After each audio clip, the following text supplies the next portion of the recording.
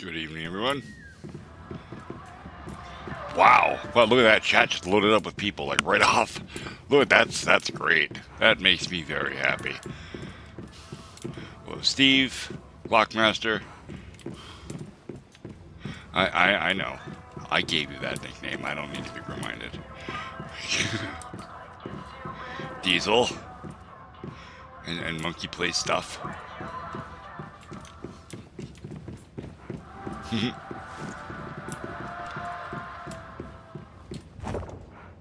Oh, I still have the Spring Lakes win. I was playing earlier. We're back to Once Human. Wife's gotta go to work tonight, so we're not gonna get a lot of gaming in together, but we're gonna go do a thing quick. It's this. The securement silo. Let's just group up real quick here.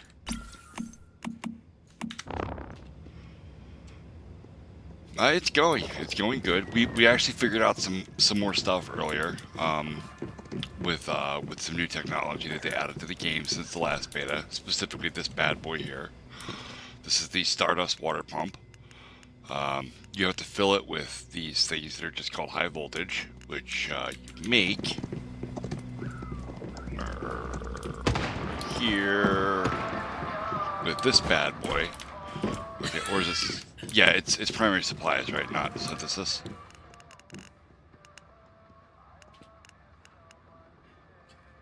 Yeah, it's right here. So, and those are actually pretty expensive to make, but essentially the water pump will help you get Stardust Source, which you use for upgrading your weapons and armor. It's not called upgrading, it's called calibrating, but it's functionally the same thing. So we're real happy we worked that out. Requires a little bit of power to operate, but that's okay. Got a little solar array going on over there.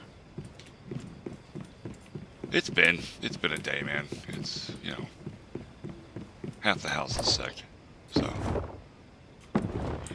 I haven't actually had an opportunity, and by opportunity I mean I haven't taken an opportunity to work on it.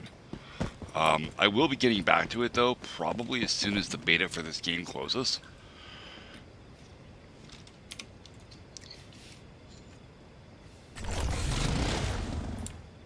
I'm sorry, what, hon? Right here. So you have the next town is the railway. Right in line with it from where we are.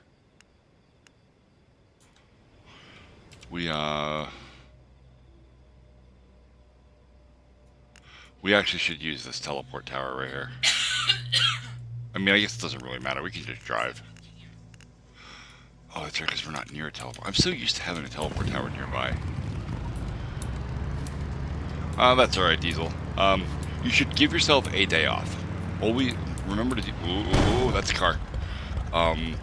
Don't stream every day. Always take a day so that you can look into things.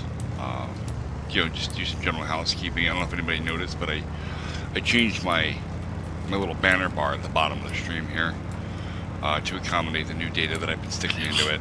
Bless you, sweetie. 1 second.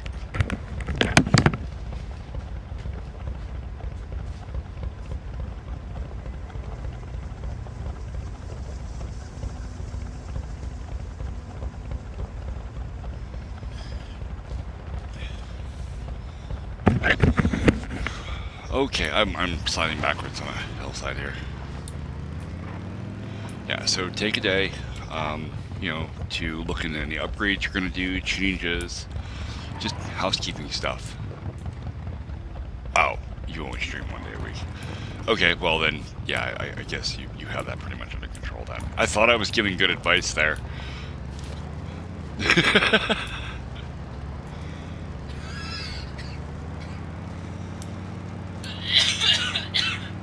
The wife is dying slowly next to me. Poor thing. So everybody in the house is sick, except for me. I'm not allowed to get sick. Who, what? Oh yeah, that's true. Yeah, give it time though. Give it time. That's true. That's true. When the boy gets ill, he gets he gets a fever that is absolutely incredible. This doesn't work, map. There's no way to do this safely. Yes, there is. Yes, there is. We're just going to run right over to the side of here, and I'm going to ride V down.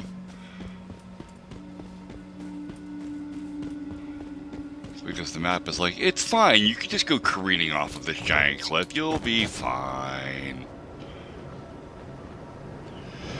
So obviously the navigation tool for the map is not 100% up to snuff. That's definitely something that's, I don't even want to report that as a bug because I'm sure they're already aware.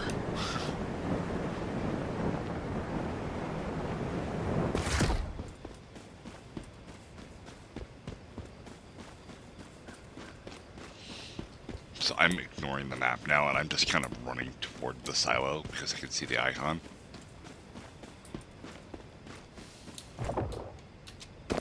Whoa.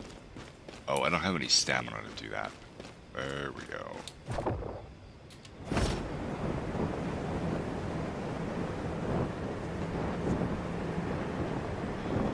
So securement silos are fun. They are basically little instance dungeons. They have loot in them. And lots of enemies, and usually a boss level mob at the very end of it. The guy wasn't joking around. He built his house right next to the silo, and he put a minigun turret on top of it. This is the easiest of all of the silos. It's the first one you get access to. There's all kinds of... That's funny. Good luck. I don't need luck. We've done this before. Yeah, that's fine. I'm waiting for you.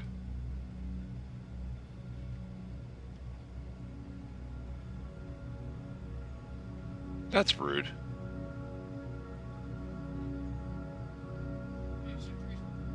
Yeah. Like, 0.2? 0.02?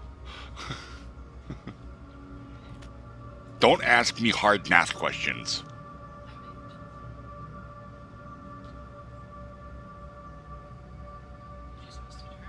Oh, probably. I also got here a lot faster than you. Got a head start.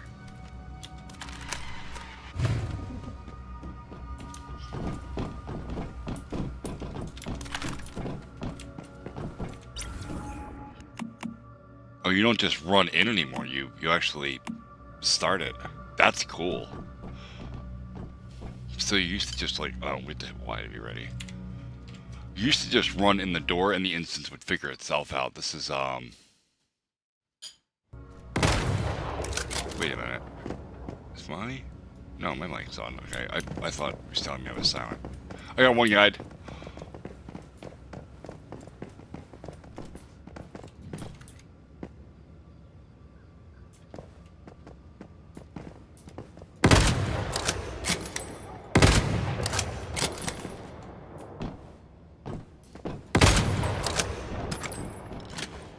Well, I see nothing's changed.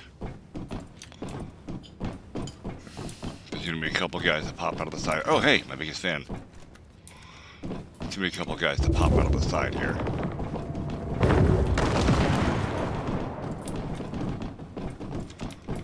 Let's start a riot. Sorry, I won't sing, I'm sorry.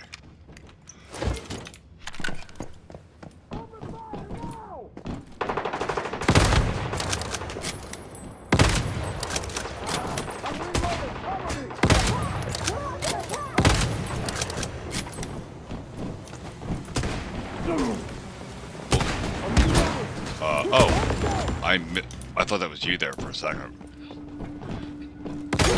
I can't hold out much longer. Okay. We're gonna take this barrel and throw it at that turret up there. I can't hold out much longer.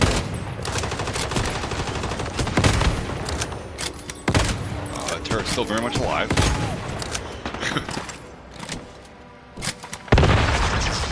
Sir. Yeah, no.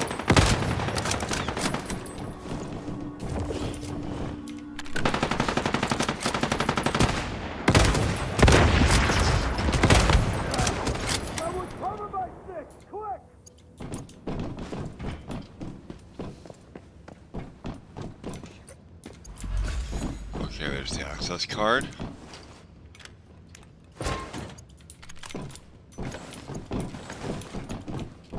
All kinds of wonderful loot here.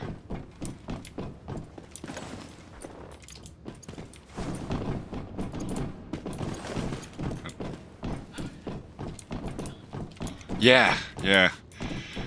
So the old boot system in closed beta 2, you would open like these little handbags, and you know they're little paper bags. You would expect to find things like I just found in them, books, maybe a set of headphones or something. You know, you used to pull like fans out of them, plungers. Yeah, oh, plungers are my favorite.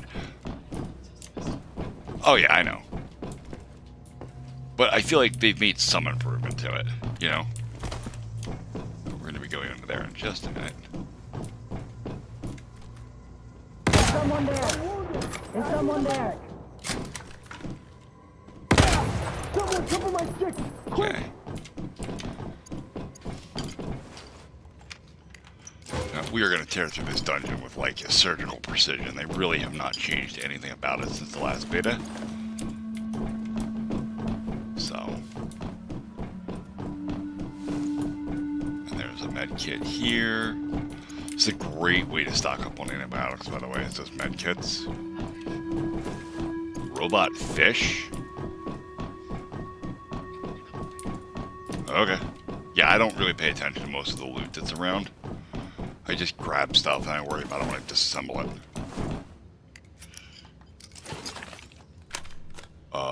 What is that? MG. Is it a sniper rifle? What is that? Gear? It is a light machine gun. Well, no, because it's better than my current sniper rifle. I'll use that.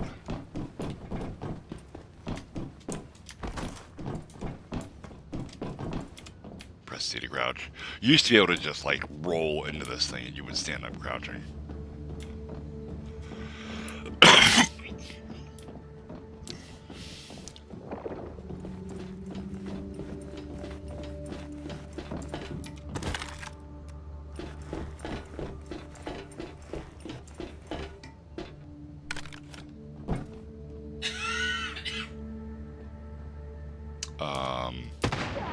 You can't figure out your Wi-Fi? You'll never hit me.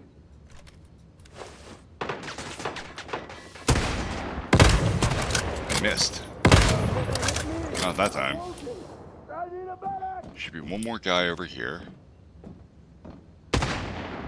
No, they moved him. He's coming down the stairs now. I'm wounded. I need a medic. He's dead. I know. I watched. I like how every gun has tracers. What did I just pick up? I just picked up like a whole table. Oh, right. Here's a trick. You go up here, look in this doorway, cap him in the head. That way when the wife goes up the ladder there, she doesn't get shot in the face. Hello, Sheku? Am I saying that right? I can't see my chat.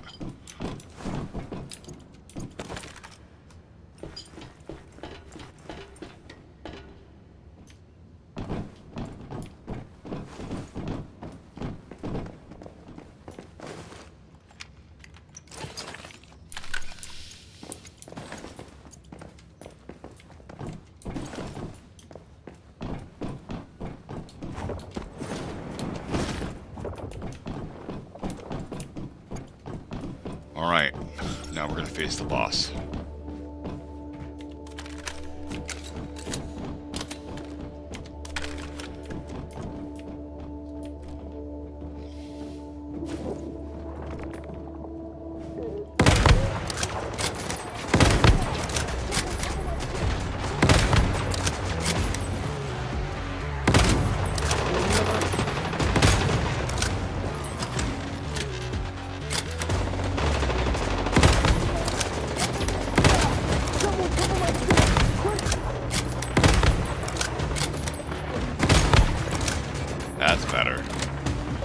aiming a little too low.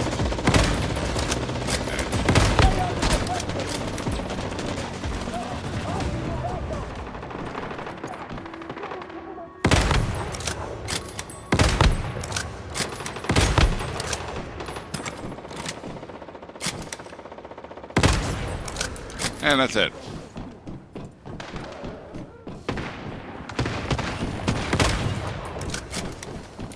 Now, there's a couple of med kits around. There was always one over here.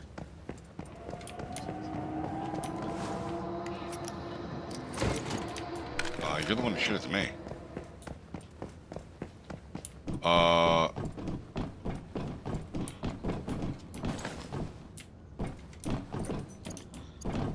Wait, what metal chest are you talking about?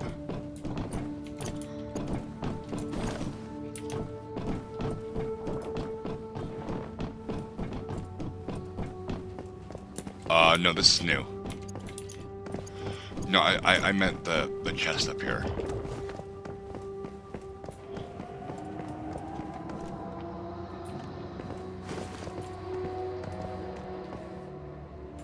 Right here.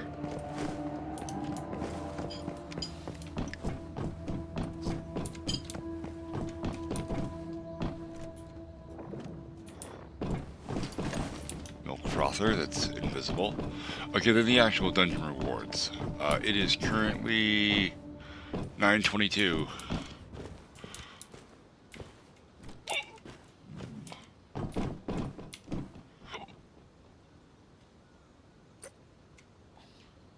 Okay. And that's it. We're done. Now, note, it looks like they wrapped glass around. Yeah, they did. They put glass around this.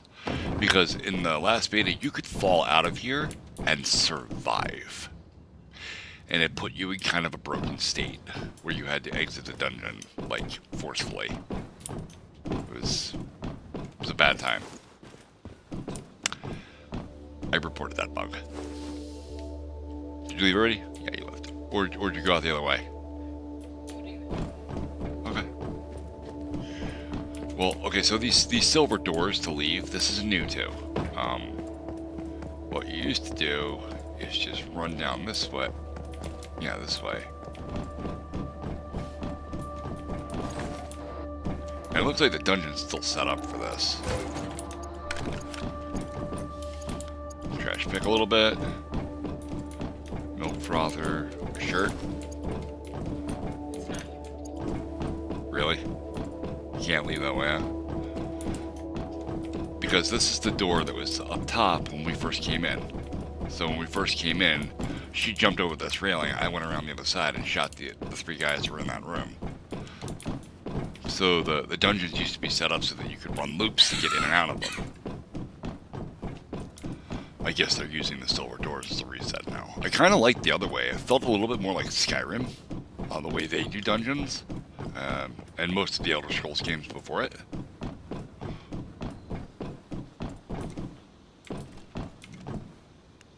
But this is fine. Kind of.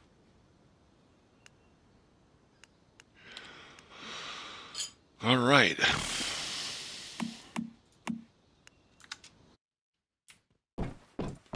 Now the neat thing about this is we go right back to the door and instantly rerun this. The dungeon's right back up again. We don't have a need to do that. We only did it once this time because doing the dungeons unlocks cradle upgrades that you get. And I want... What did I say I wanted? This one. Sniper rifle crit bonus.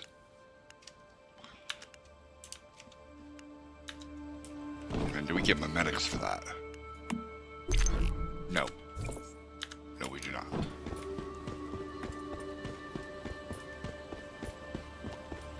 So that dude's base is a mess, and it looks like he probably moved it there. That's not where he was originally set up. That's a shame. Love to know how he's got his stairs to do that, though.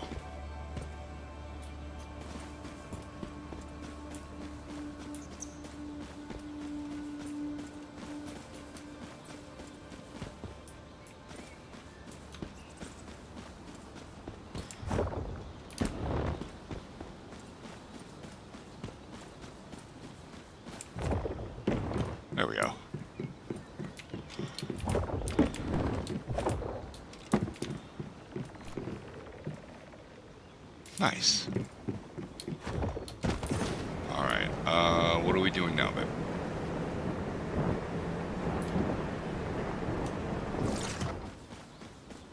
Right. Well, let's head back and reprocess our goods.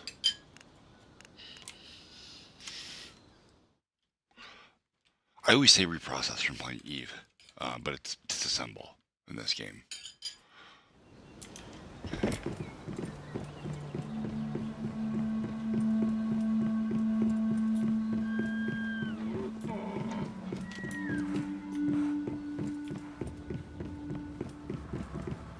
Alright. Oh, I remember I passed this somewhere. I put it by the door so it would be like right there, and I run past it every time.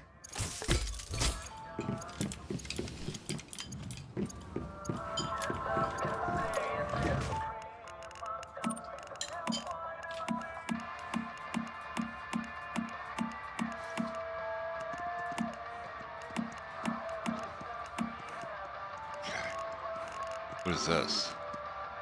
Polyantibiotic. Neat. I have no idea what that is, but I'm sure it's useful for something.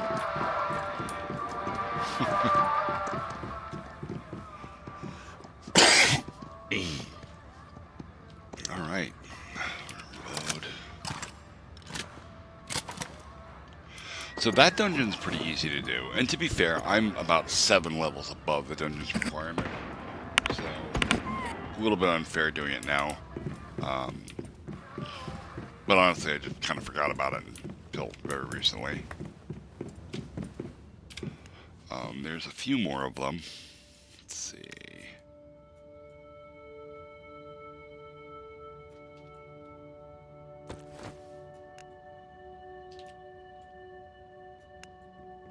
Okay, yeah, there's the first one we just did. We're going to turn that off. We don't need the directions for that anymore. Oh, we can go up to Greywater Camp and get that started. Just get the quest if you want. There's another silo. That's weird. Usually their icons are all over the place. Well, maybe you have to discover them now. But I believe there's 4 of them. Which coincides with the cradle upgrades. Yeah. Silo Phi, Silo Alpha, and Silo Theta. And then there's the 4 deviant bosses you have to beat to unlock these 4 upgrades. It is going wonderfully. Burned Coconut. Burned Coconut.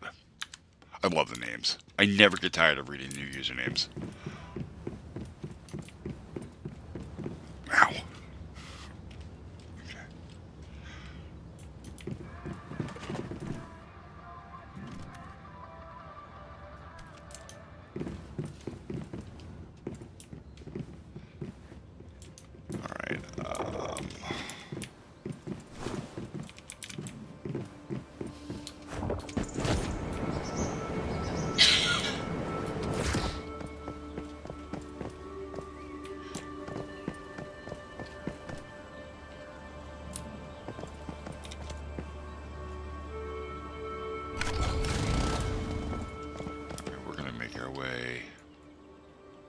It's a little bit of a drive, but okay.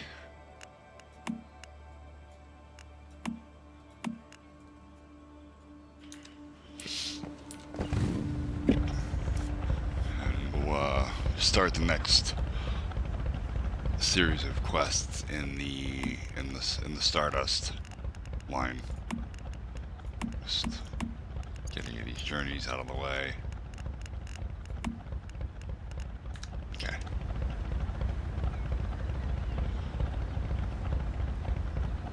Oh, is there more stuff yet?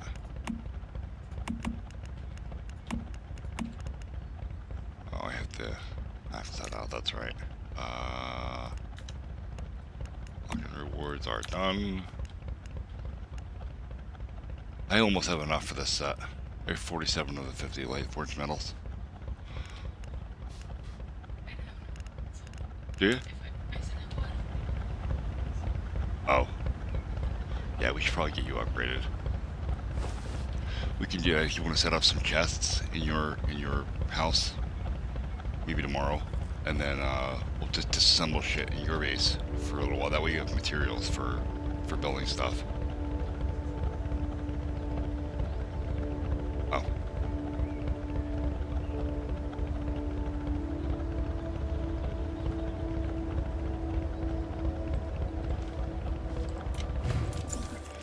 Drink. We set up water filtration.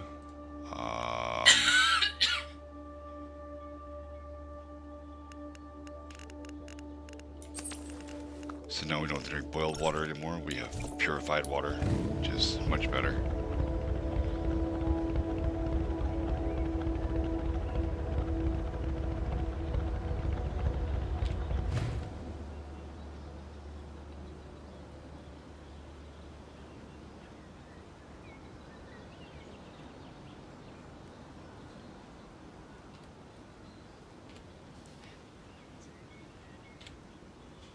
Oh.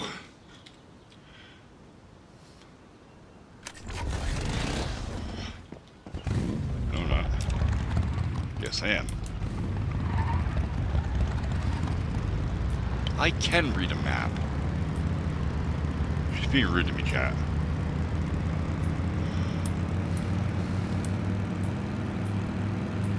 Because I can't see the arrow properly.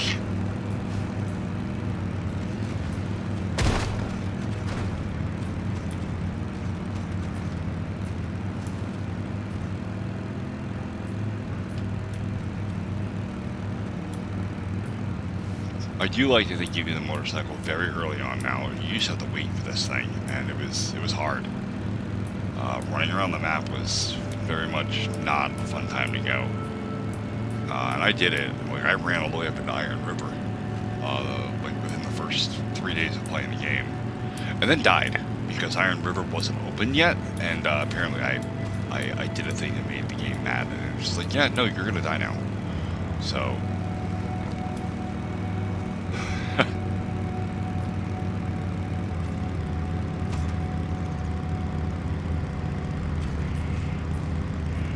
Was that the dog? Oh.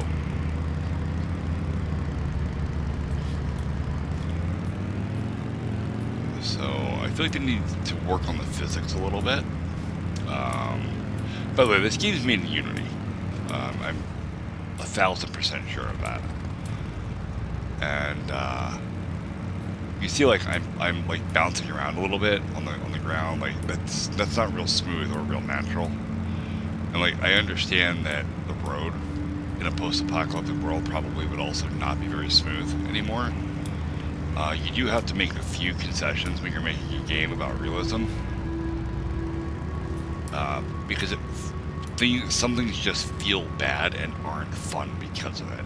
And then that's one of those things. Like, I'm not really worried about the visual glitch. I'm more concerned about the fact that I'm fairly certain that my speedometer is lying to me. There is no way that this is 60. Yeah. Oh, well, it's kilometers per hour. I'm thinking miles per hour. Ignore me. I might be entirely wrong. And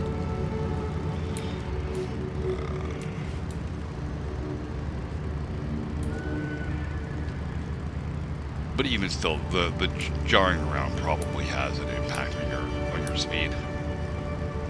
Or at the very least acceleration. And I don't feel like this was the case previously in Closed Beta 2. I feel like the motorcycles ran a lot more smooth. I missed my turn.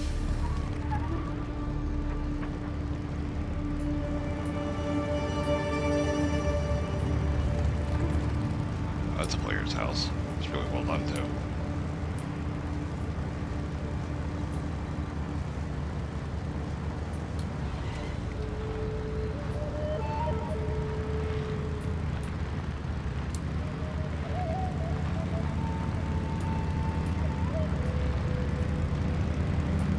There's Greywater Camp. We're close.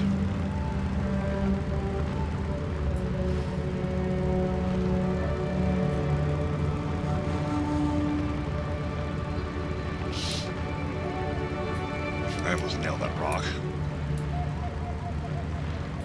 Alright, ignore where the green line just darts off into madness there. Just follow the yellow. The orange line. It goes all the way around to the actual door.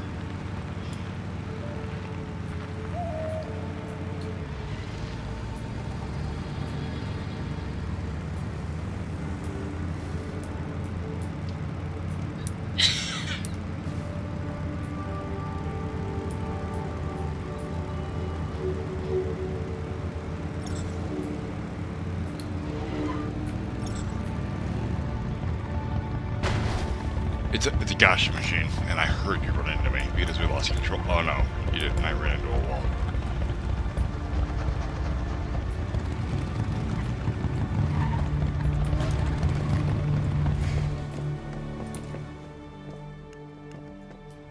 It doesn't want to talk to me. It's rude. I think of you and your attitude.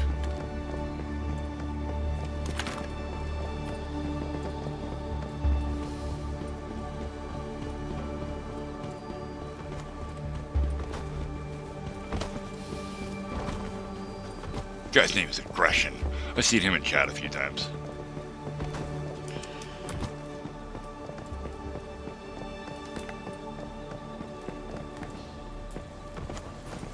Alright. You just have to turn on the thing. It's your... Oh, you're not up here. I thought you were coming up with me. Here's another one. God. Yeah, nope. We can't do that. I'm not sure, but... Well, no, you get the Star Chrome in-game, and you use the Star Chrome to play the game. Yeah. Don't be rude to me. I'm looking around. Anyway, I have to watch what could or might not be considered gambling, because, yeah, Twitch. Hi there, Parker the goat. He's a goat. Go to Great Water Camp and check out the situation. That's...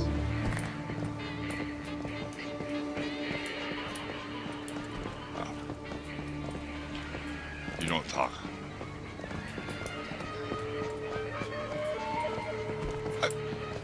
I saw the text above his name and thought it was a player.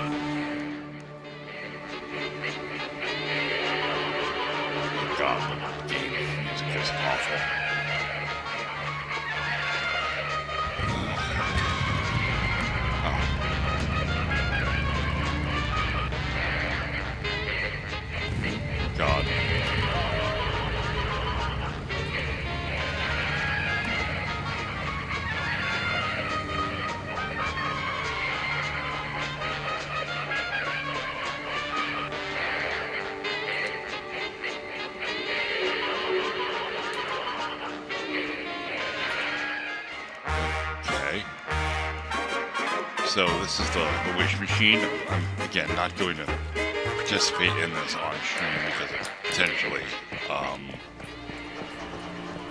gambling. And I don't really want to get canceled everywhere. So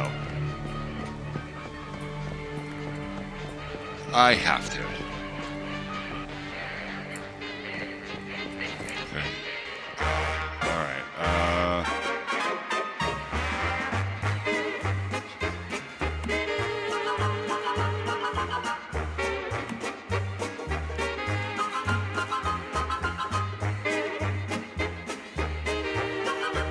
Ever play whack-a-mole?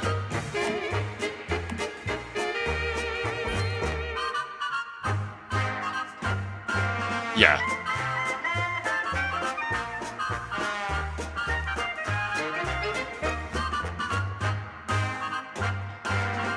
Alright. Then we had to do one, right? Yeah. And then I had to talk to it again. Okay.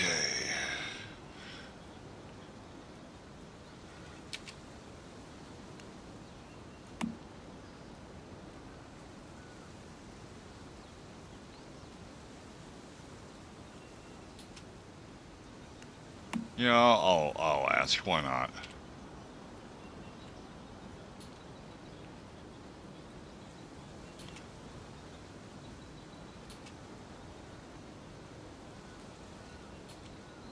Well, at least now it has a personality. Alright. Secure which machine? I just have to... Because it is technically a deviant, we're just gonna... Okay. Cool idea, it said. So you used to get that from a very low-level quest. Back in Deadsville, from low in the Beta 2.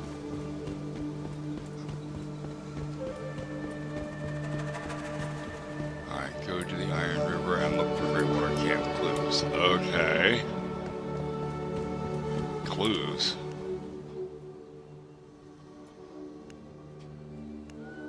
Seriously. Oh. The robot. The little spherical robot. Is it? You know, that kind of makes sense. Giddy-o. Okay. Alright, chat, give me just a few minutes. Let me go see the wife off to work. Oh, okay, well, in a few minutes then.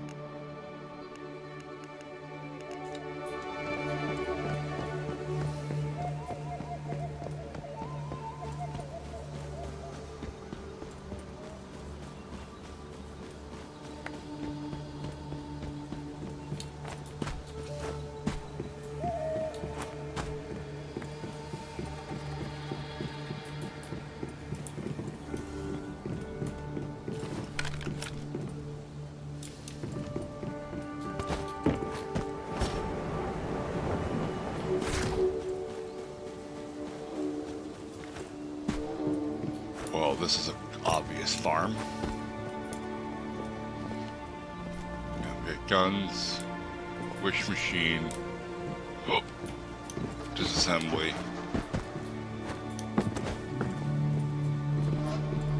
Star Chrome, or the resident. Yeah.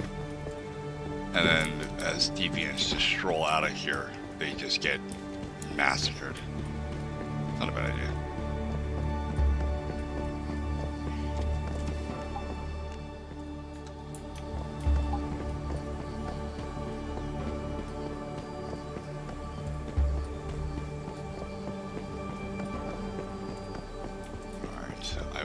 Right back. I'm gonna use this person's property to log out because there's lots of guns here and I'll be safe.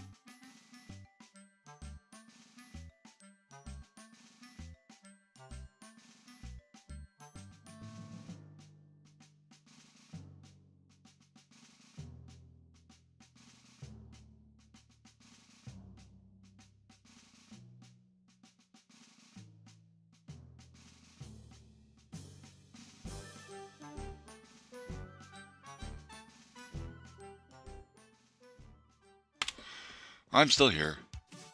I had to go pee.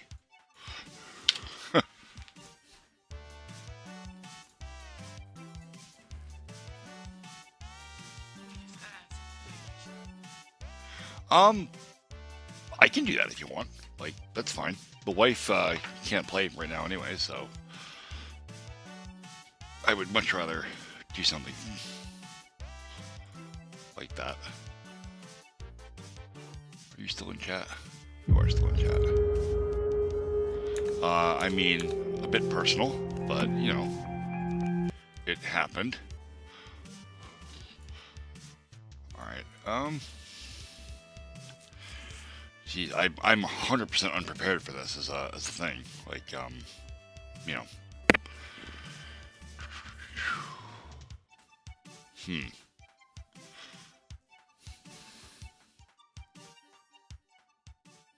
I guess we'll do basics.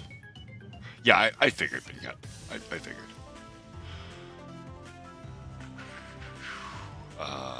Steam.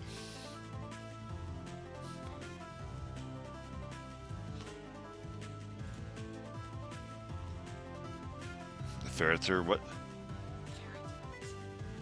Oh, okay.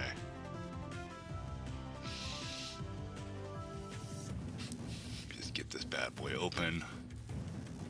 I'm gonna turn down the music a smidgen so I can hear myself think.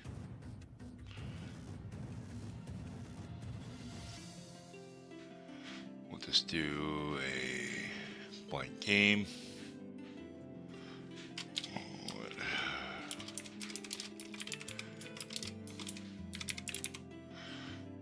Coding. Let's go.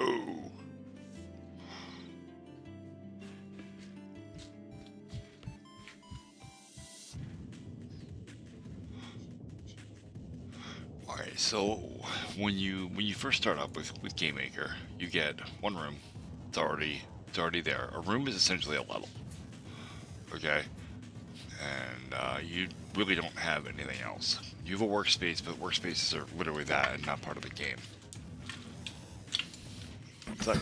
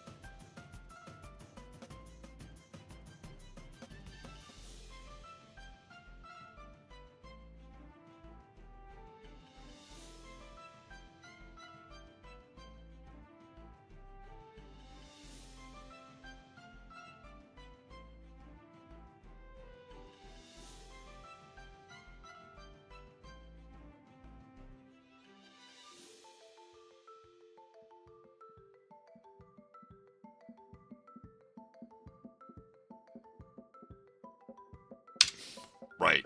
Sorry, my sound is off. I forgot I muted it so that I could talk to the wife real quick. Thank you for that. I promise I am a professional. I'm not a professional. Let's do... Where's my Jeep? Oh, I have a folder for that. Jeep. So various Jeep sprites here. We're gonna do this. This is the one I like the best. Now notice that the sprite is pointing to the right. Well, sorry, my camera's backwards for me, but you see that the front of the sprite is here, okay? And it's angled looking to the right. There's a reason for that. There's an... the way circles are measured for all programming languages is using what's called the unit circle.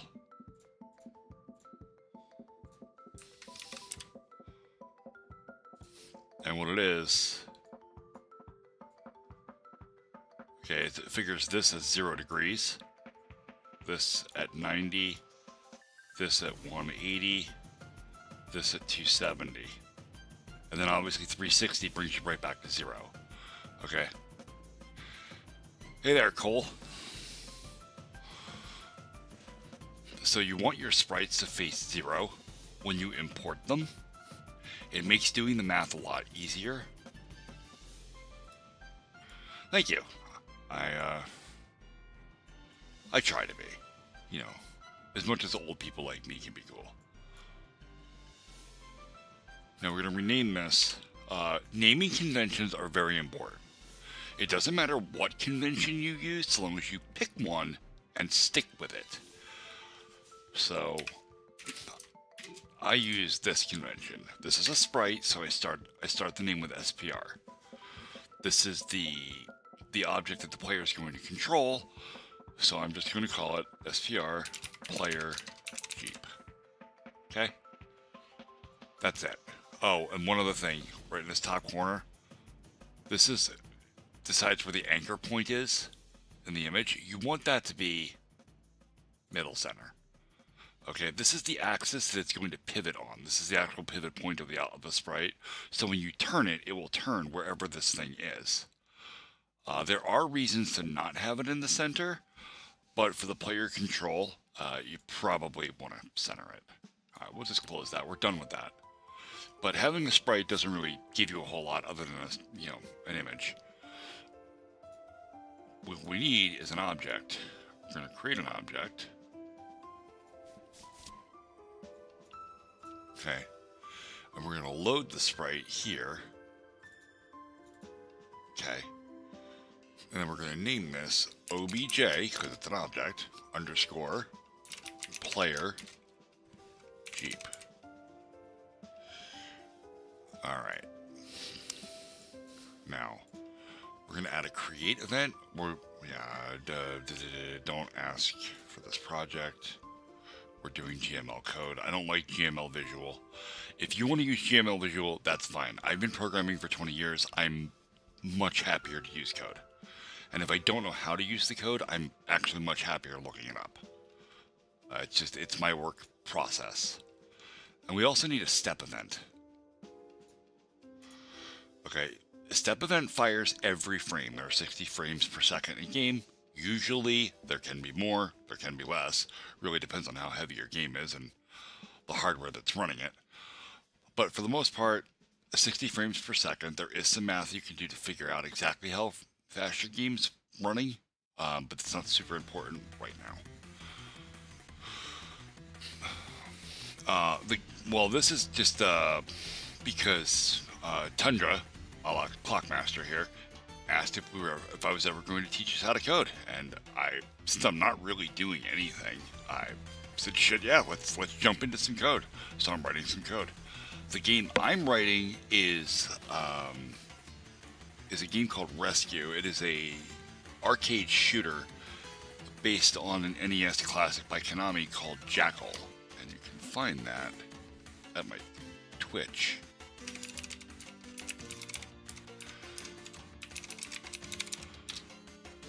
That's my my Twitch channel. If you go there and go down a little bit, there is in the About section, there's a link there to play the demo. I currently have a demo of the game up on GX Games. Alright, let's do... Yep, the demo's free, by the way. You can just play. I mean, it's a demo. I mean, who the hell would charge for a demo? That's pretty shit. Alright. So again, everything what happens is step happens every turn. So what we're going to say is check inputs. Okay. And with this little notation around it, the open close parentheses. Okay, by the way, the semicolon at the end of the line is not required. It's me being a pain in the butt. I will instinctively just do that because most languages do have to have lines terminated with semicolons. GML doesn't care. They can be there. They don't have to be there. I prefer them there. Alright. What I'm doing is I'm calling a function that doesn't exist yet. So let's define that function. Function, check inputs.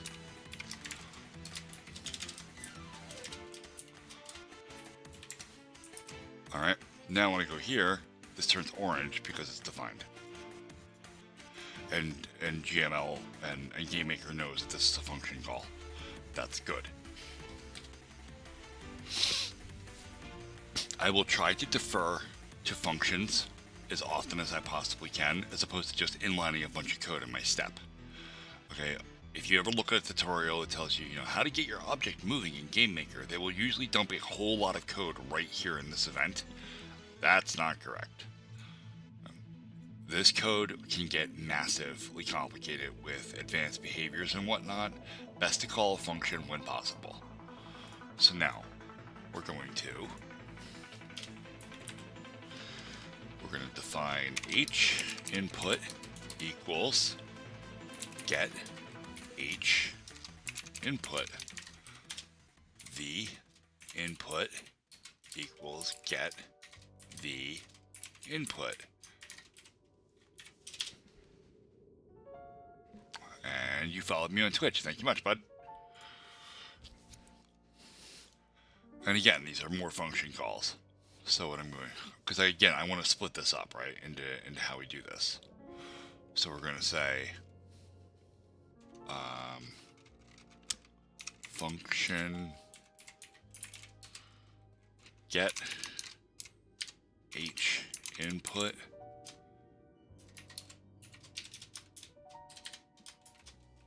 and function get v input.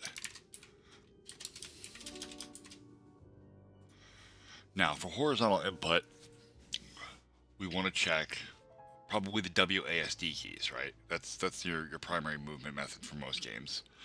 Okay, we're not going to worry about controller support just yet. We'll do basics. So we're going to say underscore var underscore h input equals, and var just declares this as a variable, okay? A variable in scope, which means when this function exits, this variable no longer has a value within this function, or within this context. Now I'm going to return this variable, so it will kind of still have a value. Kind of. It actually kind of won't, because GameMaker copies values in memory places. So you want to use var when you plan on when you don't need the value anymore when the function exits. All right, so we're going to say h input equals. Give me just a sec to remember what the fucking command is. It's keyboard check pressed ord a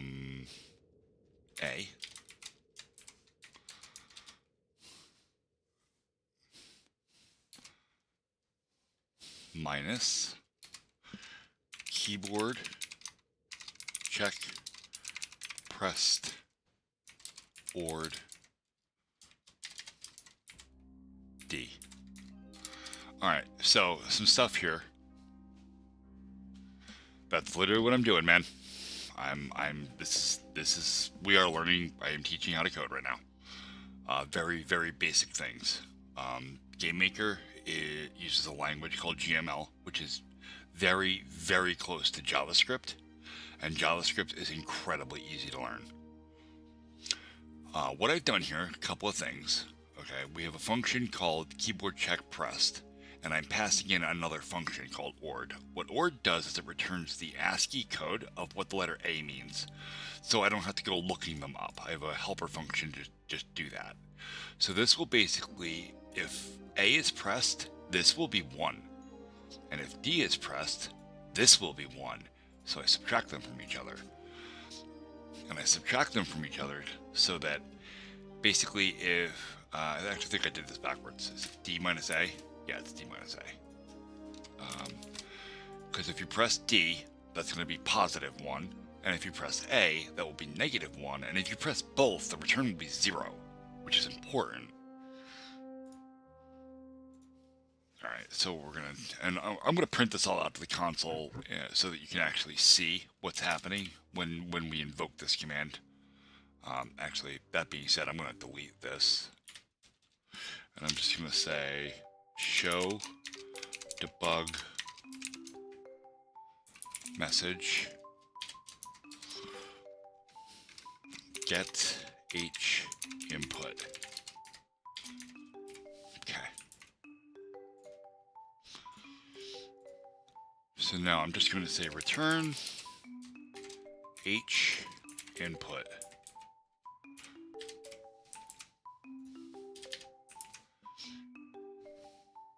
And now when I run this, so long as the object exists in the game world, you should see output when I press the A and D keys. If I didn't make a terrible mistake, which I might have. Like I said, not prepared for this. Okay. You see it's dumping zeros into the output. Alright, that's not doing what I think it should do. We're going to not use keyboard check press, we're just going to use keyboard check. Because it's not firing as much as I'd like it to fire. Yeah, there we go. So when I press A, I get -1. And when I press D, I get +1. And then when I let go of both, I get 0. And when I press both, I get 0. So what we're going to do is we can use that value, right? We can say x dot, or x equal plus equals get h input. Y equals get y input. Not equals, I'm sorry, it should be plus equals. So plus equals is a neat thing in a lot of programming languages. Not all programming languages have it, but most do. It basically just means add this to self.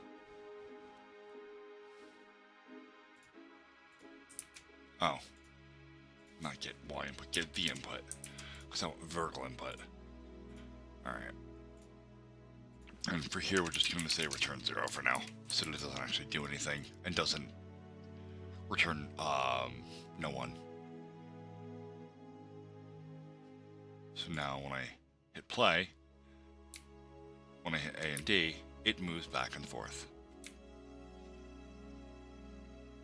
This is the primary concept to making a video game. This is the first thing you should do.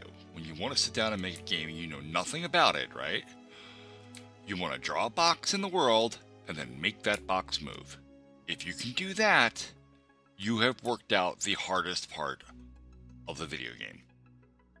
The player interaction. It is the most complicated part. Everything else is scripted.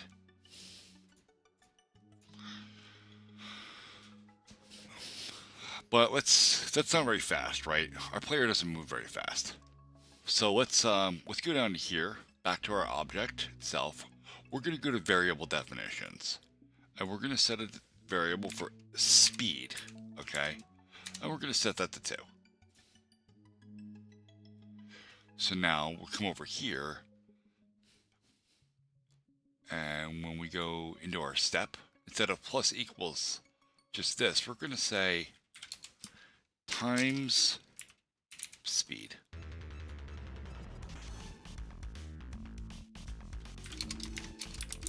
Same thing. Okay. And now real quick, let's just stub this in, right? So we're going to say var underscore v underscore input equals keyboard check board. We gotta remember the y-axis is upside down when you're programming. Okay, so when you have your x goes this. Oh, I need paint. Okay.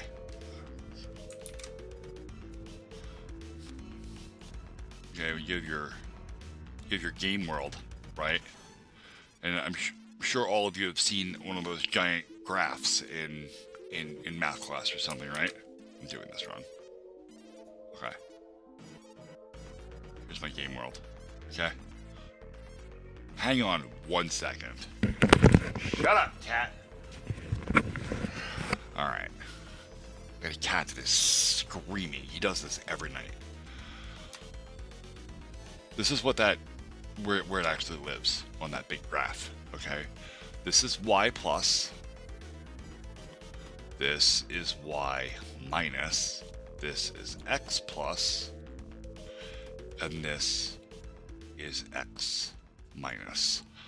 Okay, so as you come down, you're actually getting lower in y.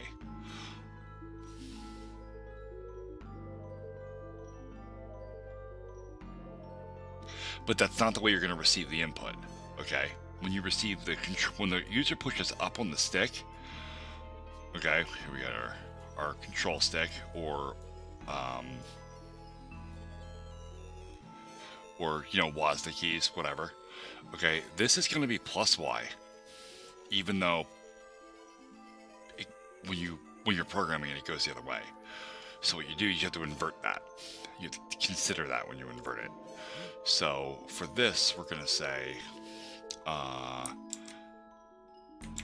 let's keyboard check ord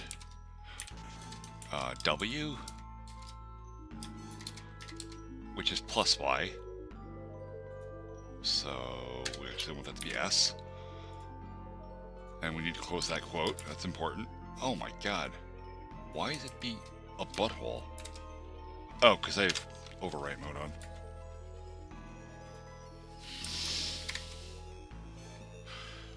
Keyboard check ord W. Okay, and then we're just going to return the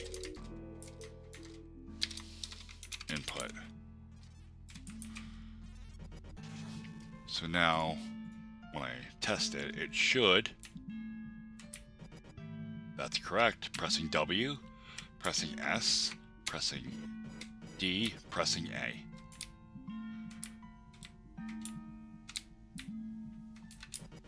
Pushing all 4 keys. It does nothing. Perfect. Alright, let's go back into step. We're going to remove this debug message because we don't really need that anymore. Okay. We actually don't need this anymore because of the way I did the step code. Alright. X is a variable that's built into every object in GameMaker. It is just its X position in the world. And Y is also built into every object. It is its Y position in the world. By doing the math this way, we invert the Y input so that up is up and down is down, from controller input to the player actually moving. And this is, again, the basics to making a game. Now, that looks a bit silly, right? It does, because it doesn't turn. So, direction is another thing that is input into every... It's part of every object. In fact, if I type it, it comes up green, just like X and Y does, because it's a built-in. So what we're going to say is, wait, cool. I leave all of my videos up on YouTube, so if you ever want to refresh on this, the video will always be there. I don't delete anything, ever. I don't edit them though, so there's that. I probably should at some point or another, but downloading my videos from YouTube, sometimes my stream is 4 and 5 hours long, and the download itself can take, 20 minutes, half hour. Plus then, my video editor is not very good. I use Microsoft Clipchamp because I can't afford anything better, and it doesn't do well with big videos, so it crashes a lot. All right, so let's work out directions, right?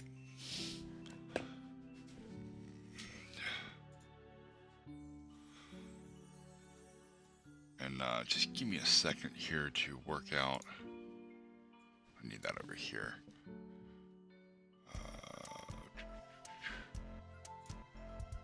Yeah, no worries. I'm glad. I mean, the name of the stream is Make Cool Stuff. Like I love that people are more and more creative now than they've ever been, and there is no better time to get into video game development than right now, because all of the engines are either open source or they have base free licenses that you can use to learn. Like, it's way more accessible than it has ever been.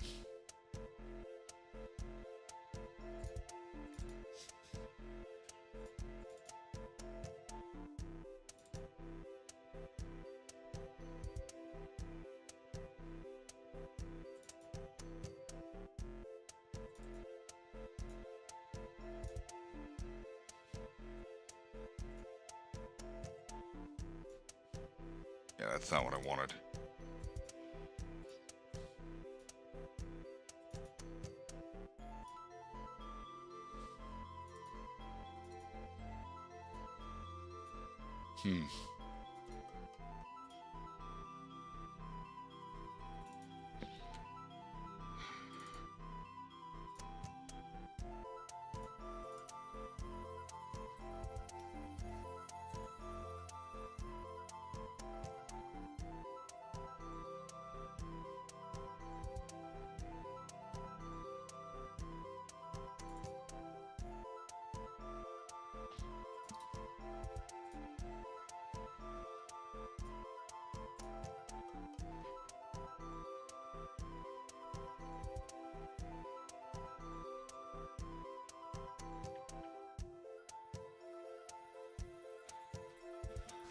Yeah, I can't use CapCut because it puts that stupid thing at the end of the video.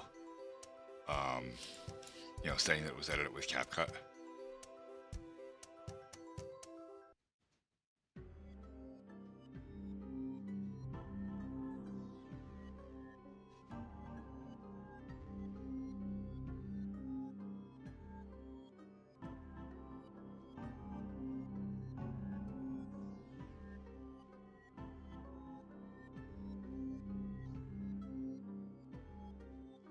I'm actually looking for something. I had some really clever directional code that I wanted to reuse for the sake of saving you guys a lot of... Yeah, my buddy Mikey uses it, and that's what he said too, but Clipchamp works, and it doesn't do any of that happy horse shit. And I like things that just work.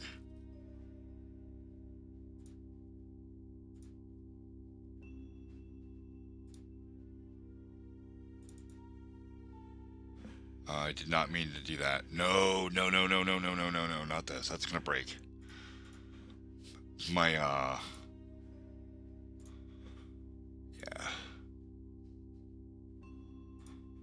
There we go.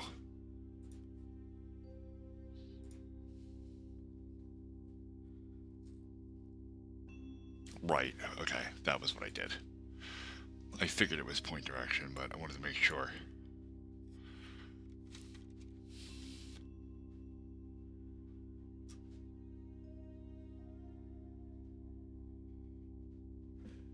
Alright, so what we have to do is after we have our direction...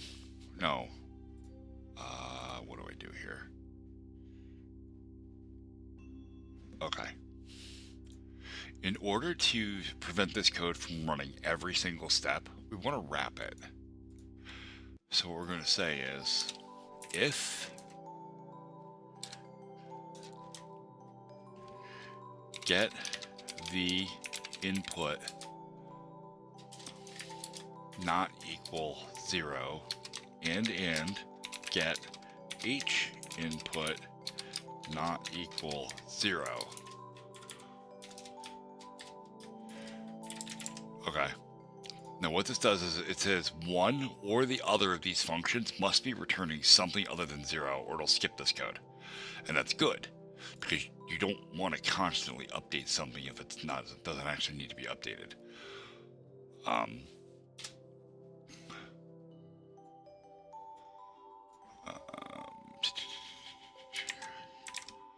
Okay, right, and we can use the actual controller or the player input to decide the direction, right? by using these values, the values of these, because these will always return 1 or -1, and that's important. So we're going to say direction equals point direction 0, 0. That's your XY starting position, which is 0, 0 for the controller. Or keyboard input, doesn't matter. If the object isn't moving, it's 0, 0. And then the next position is X position, so we're just going to say X and Y. Okay, and that gives us a direction based on what was input. Actually, I'm a liar. I'm a liar. It just needs to be get the input and get H. No. Herditor. H first, because that's our horizontal. The input. Okay. I have made one game before. Not in Game Maker. I made a shitty little Mega Man X clone in Torque 2D 20 years ago. Almost 20 years ago. This is going to get mad because the evaluation order of function calls is not guaranteed on different platforms. Pretty sure it'll be fine on Windows. But what you would want to do is assign this, right? So you'd say, or x in equals get h input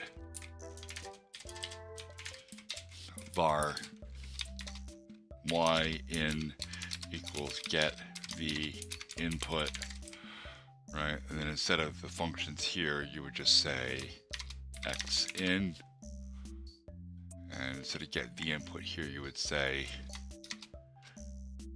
y in, because it's basically the same thing. I'm just assigning the function return value to a variable. And then instead of this, I would say x in and y in. So now, when I use directions, it doesn't actually turn. Neat, because I didn't tell it to. I set the direction, and the direction is changing, but you can't see it. What we have to change is the sprite angle. That is the, because the term direction is used for calculating physics. Rendering happens a little bit different. I believe it's sprite angle? No, it's image angle equals direction. That keeps everybody on the same page. Now,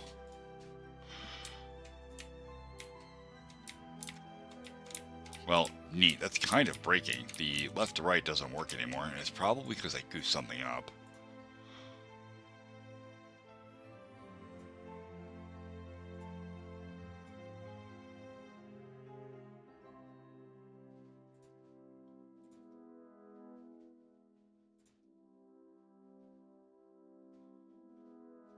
That's weird. Should be fine.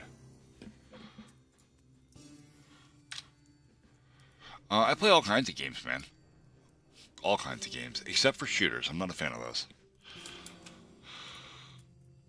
With the exception of Borderlands, because every rule has an exception. I'm not a big fan of Borderlands. I mean, I'm a huge fan of Borderlands, but I'm not a fan of games like Call of Duty or any of those. Why is the X not working? X in times speed. Speed is 2.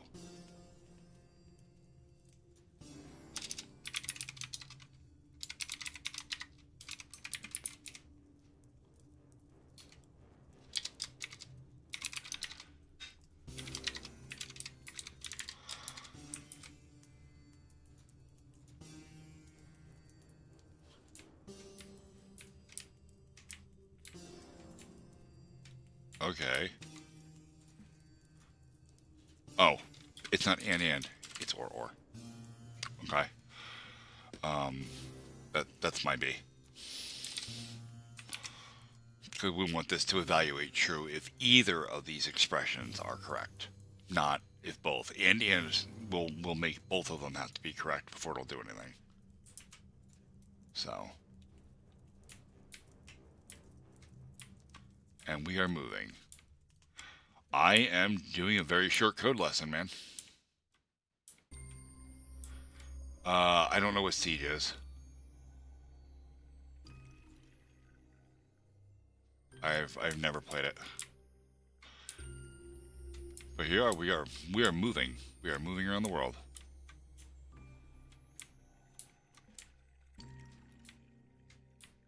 And this is the premise to how my games movement actually works. Now, my games movement is a little more complicated because I have controller support and arrow key support and stuff, which you could add to this really quick, right?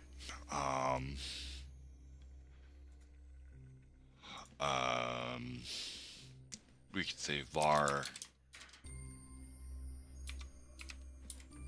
arrow h equals keyboard check vk right minus keyboard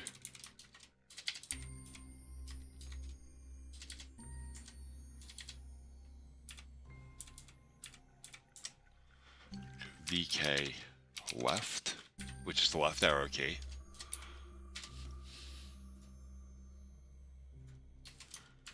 or arrow H. Now I should be able to use the one of them works. That's neat. Yeah, now going left is broken. Oh, because it's an OR statement. Anything that's -1, that's below 0, returns false. So, oh yeah, dude, I fucking love Minecraft. Minecraft is easily one of my favorite games. This is Game Maker. So we can say,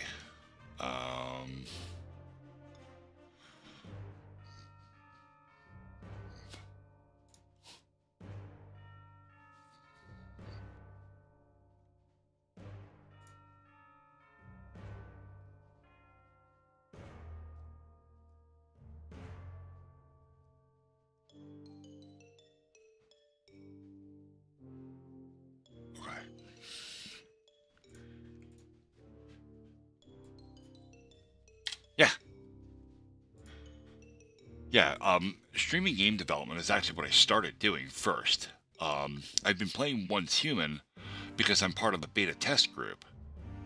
So I've been taking a little bit of a break from the games in order to, or I've been taking a break from my project in order to participate in the beta test. I think Once Human's a really great, really,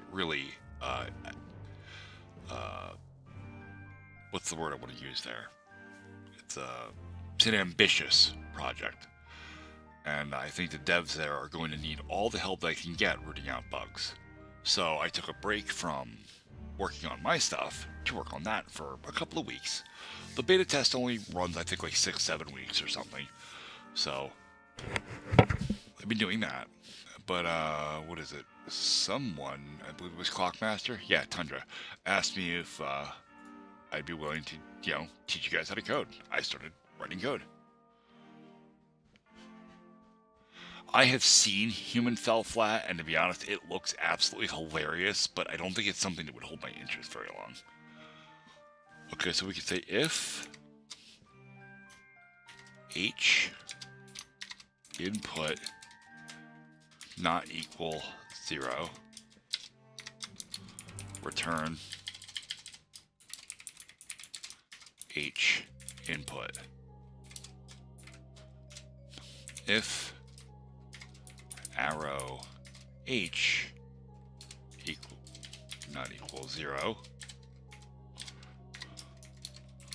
return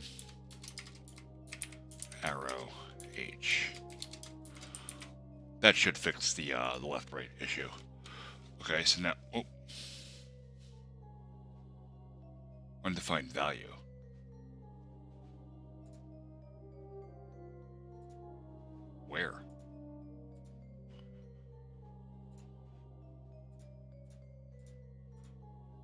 No.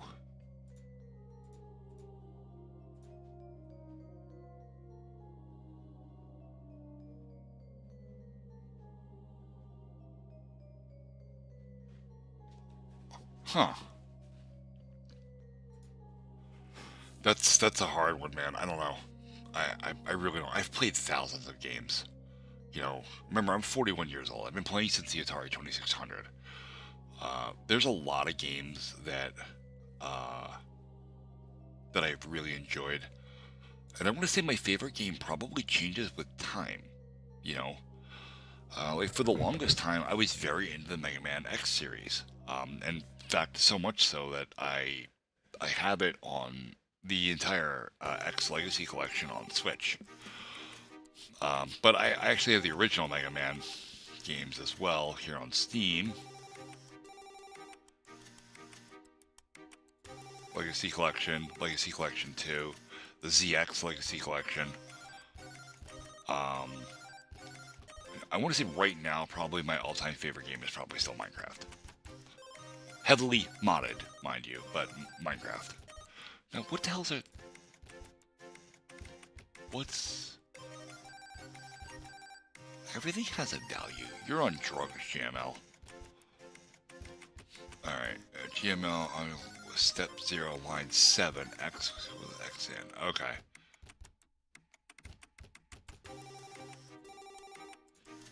Alright, that's right here. This is yelling that this does not have a value. This is set by this function, gauge input. Okay, okay. Because we're returning from inside of an if statement, and there's a chance that it doesn't return anything at all, the last statement has to be return 0.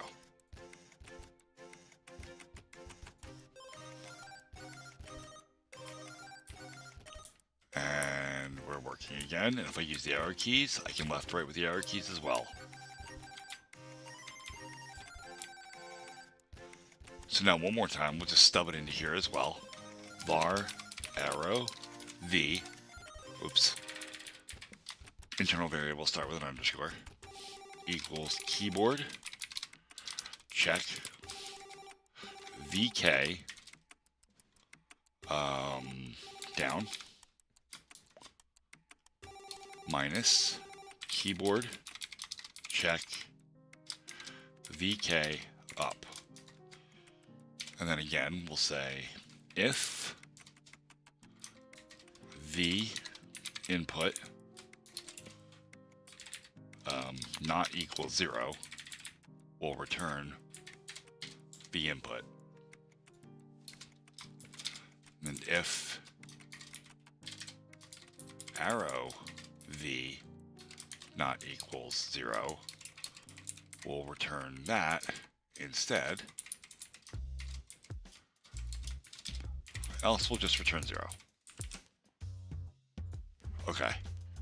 And now I can use the arrow keys to move the player around, or the WASD keys to move the player around. Done. So that's it. That's movement in 2 functions and a couple lines of code.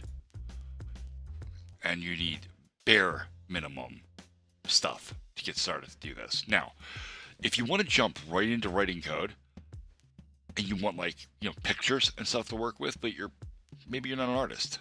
I'm not an artist. Okay? At least, I mean, I am. I can draw really well, but I can't translate what I draw on paper to the computer very well. So, let me show you a really cool website. This is my live stream stats. It's called opengameart.org. All of this is free. Okay? I mostly play on PC, bud. All of this stuff is free, and there is all kinds of cool stuff here. So here, let's do Jeep. You're gonna see the Jeep that I use. This is one of the Jeeps that's in my game. This is a Jeep that's in my game. And the other Jeep actually is not. Is this it? No, that's cool though. Oh, that's not a Jeep. That's a, I guess it is. Just with a roll bar. It's kind of cool.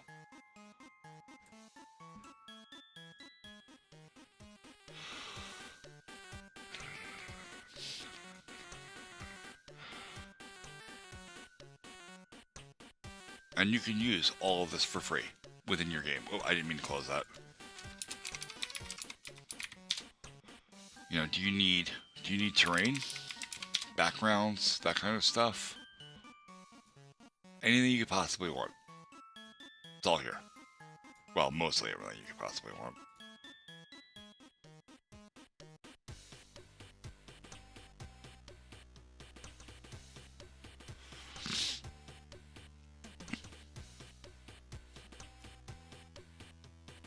No, I actually have a bunch of this stuff that I've already downloaded.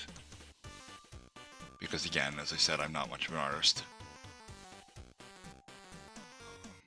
We're gonna close this for now. So if you want to add a background to your game, let's go back up to here. Go to the room. First thing we're gonna create is a new... Would I ever make a 3D game?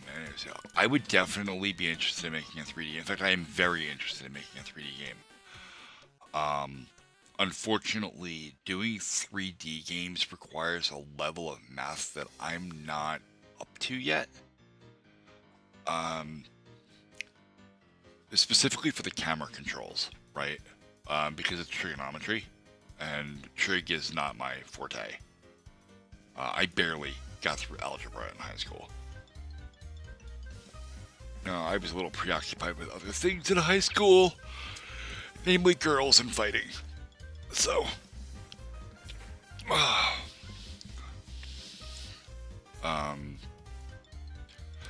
do have a couple of ideas for a 3D game.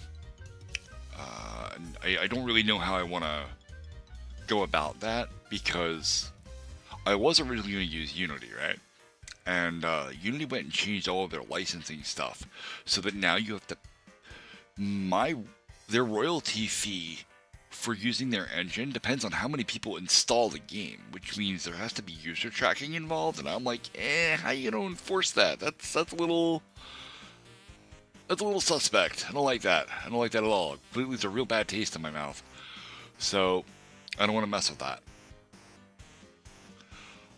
The other option I have, I guess, would be Unreal, and I don't know that Unreal is a good engine for that. Like, every game that I've seen that uses Unreal for voxel has been, shall we say, unoptimized at best. It's been a little bit Not to mention Unreal, the code you write for Unreal is in C. And while I am pretty good at programming, I've never written C before. And C's hard. C is very hard because C, you have to manage your own memory pointers. Hey there, Lolpop. Queh.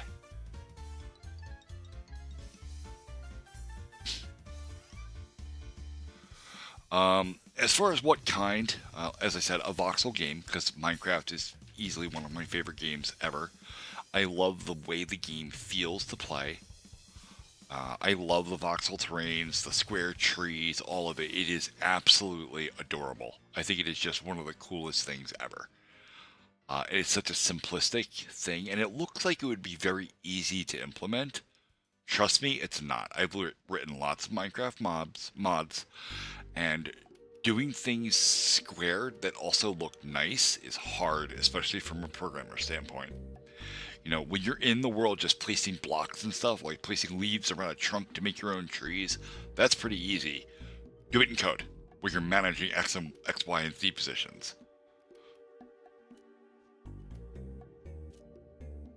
Cool. I love it, dude. I mean, I don't always do this stuff, but I will always, like, if you have questions, I will happily answer them to the best of my ability. Cool. Also, remember, I'm over on Twitch. Oh, shit. I'm sorry. Oh, wait. I subbed you. Oh, okay. Cool. Okay, you subbed on Twitch as well. Okay. I thought I missed Twitch chat. I have too many things to manage. You guys overwhelm me. Oh, God. All right. Enough of this. Actually, we will do tile maps probably tomorrow. Give you guys a reason to come back. Close this. Don't. Oh my god, I'm not clicking any of the right things. And now I don't want to play Once Human anymore. But since we're talking about Minecraft, let's check out some Minecraft. Let me change this. I have to keep updating my Twitch category, or I can get in trouble for doing stuff that isn't in my category.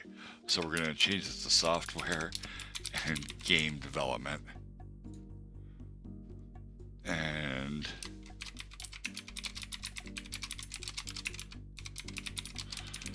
we'll set this to talking about how Minecraft works. Now I can get away with software and game development. 1, 7, 10, 16, 20, this one. Oh, this one needs the server running. Right here. D drive, Minecraft servers, AT10, and run. Okay. I have a lot going on all the time. Good. Work on interactions first, man. Once you have your game design document down, and you know what you want the game to do and what you want your objects to do. Work on interaction. Get a player moving. Doesn't matter how. Just getting a singular player object in motion. Literally, what I just covered half an hour ago, over the course of about a half an hour. Getting that much done is a big part of your game. Alright, so we're going to multiplayer. Is this really? Oh, the server's still starting. It's not there yet.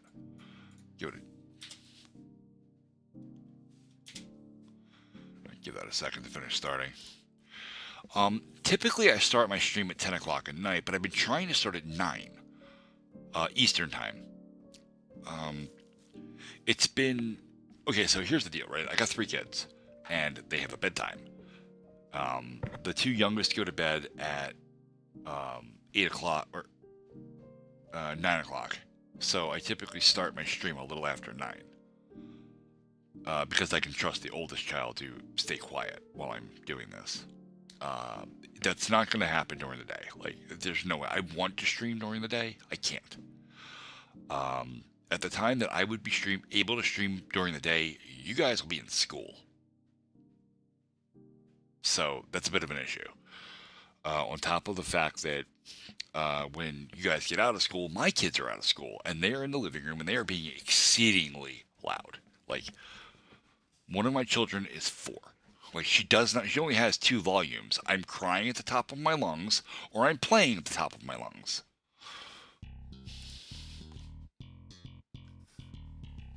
Well, like I said, I don't start streaming until like 9 o'clock at night or so. Refresh. There we go.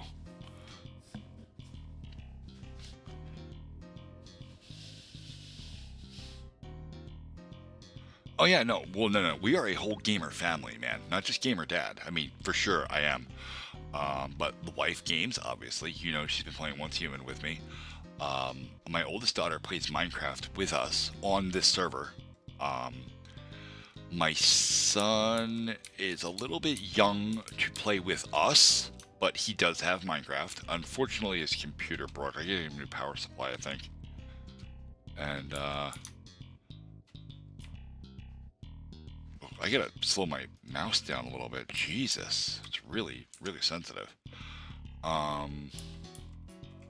Yes, it is 8 p.m. Central Standard Time. But it's like no big, right? Because I can stream as long as I need to. Like, that's no big deal. So if you come in a little bit late, you know, I can take, you know, 10 minutes to catch up or whatever. It's not a big deal.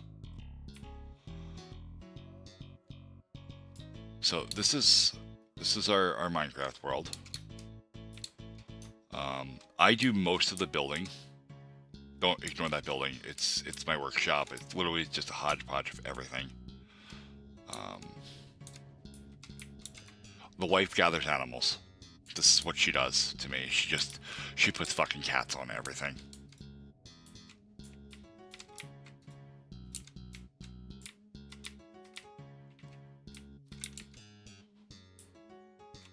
I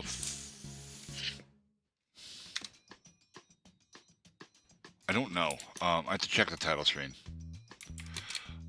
Yeah, there isn't anything she's really built, because everything she builds I tear down and fix, because I'm an asshole.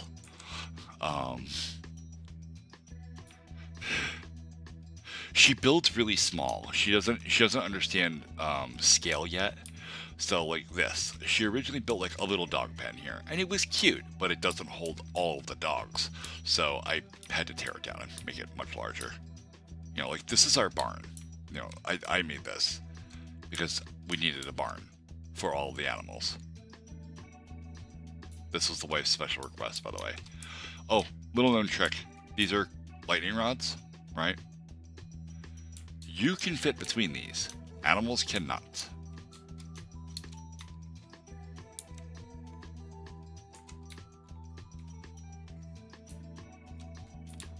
Oh, we have a ram.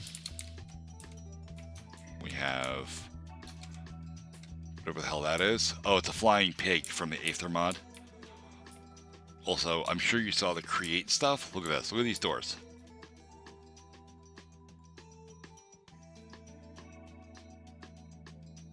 Very cool.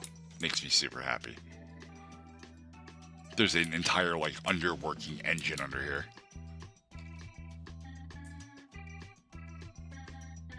I don't want to tame zombies. Zombies give me the heebie-jeebies. What's up, Lollipop?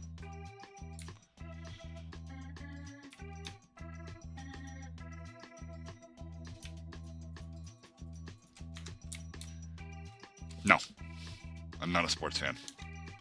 I mean, the only sport I really watch are the kids' sports. So, like, if the kids are, you know, like, my daughter plays soccer and basketball.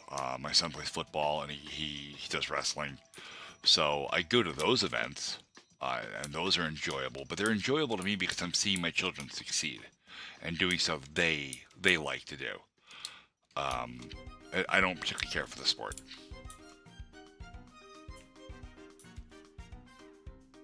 Hayat. Why does that look familiar? But I can't place it specifically.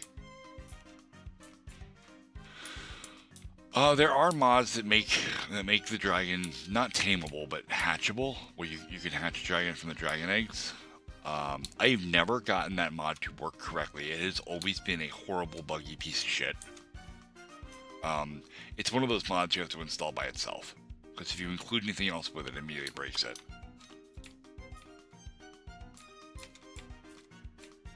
Emily insisted that we have a schoolhouse, so we built a schoolhouse.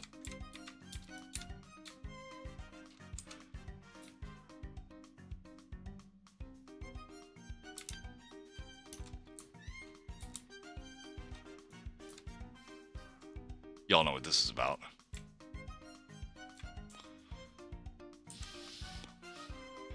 And this is pretty cool. This is the aquarium. The wife got fish from the wandering trader, and she was like, "Oh, what are buckets of fish for?" And I was like, "Oh, you put them in bodies of water and they'll swim around." She's like, "I want an aquarium." I'm like, "Oh, fuck, okay." So I built an aquarium. And what you do, hit this button, and the top of it opens. You put your fish in. You come over here, you hit the button again, and it closes.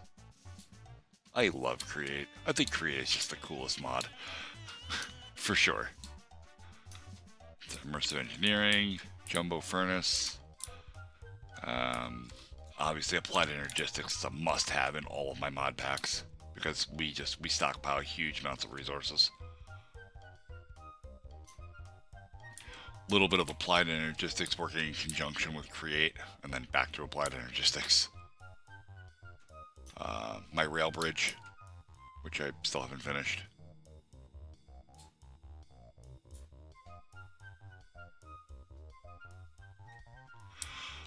That's because I'm a dad, man. I mean, maybe not. I've kind of always been this way, but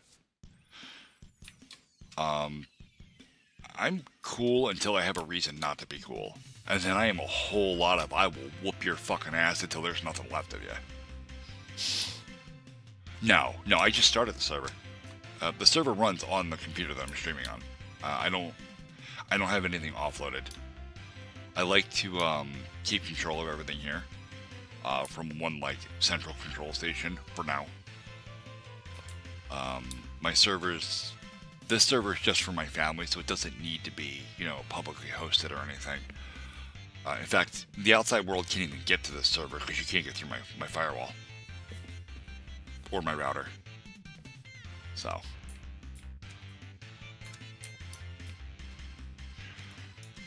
This is the Rechiseled mod. This is very cool stuff. Or chipped. I'm sorry, not Rechiseled, chipped. That's a ultimate chemical tank. Let me fuel up my jetpack. No, the wife's at work and the rest of the children are asleep, so it's just me.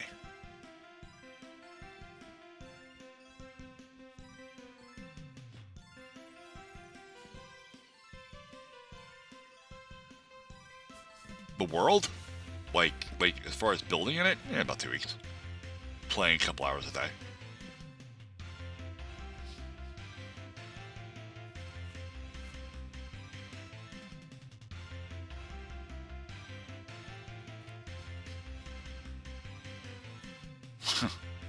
Making games takes a little bit longer than that. Making good games. I put it in the wrong thing and I drained all the hydrogen out of the jetpack. Yeah. Like, you can make a game, a simple game, inside of a couple of weeks. You can do that. In fact, here's a really good example of that. It's called, oh, that's the OST. Might be.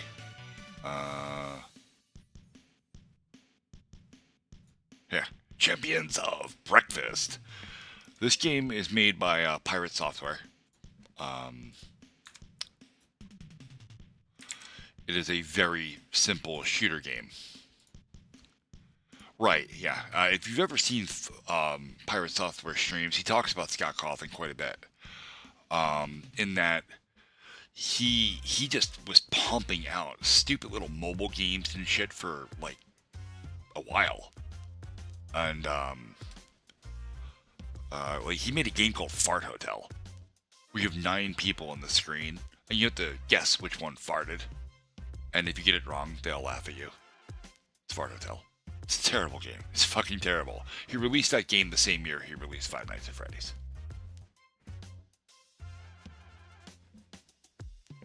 So, yeah, wild shit. Wild, absolutely wild.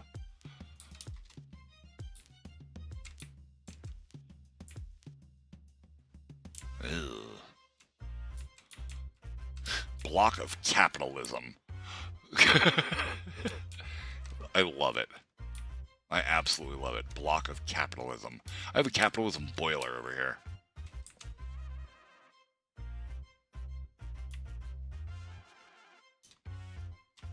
Capitalism boiler. It doesn't do anything, it's just there for show. I wanted to dress the walkway up a little bit, so I did some steampunky looking pipes and stuff.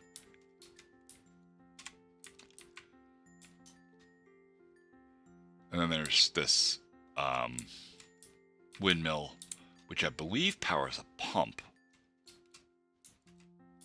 It does, it powers a pump that does nothing. I just wanted the pump to turn. I am not a Christian. I am not anything. I am not religious at all.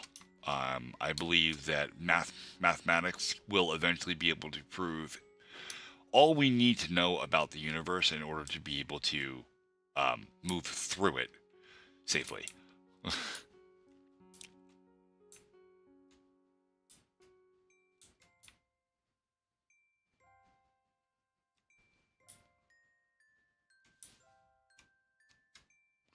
And I've actually made that pretty clear on several of my videos, so I don't really have an issue talking about it. That's fine.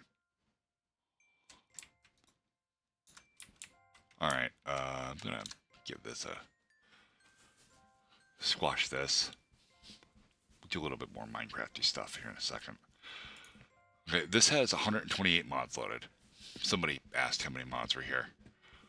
It's 128. for this version of Minecraft. All right, we're gonna stop the server here. Okay. Now I have this. This is my baby right here. This is Minecraft 1.7.10. Okay. This is, first of all, ancient. Like, you guys were babies when this came out.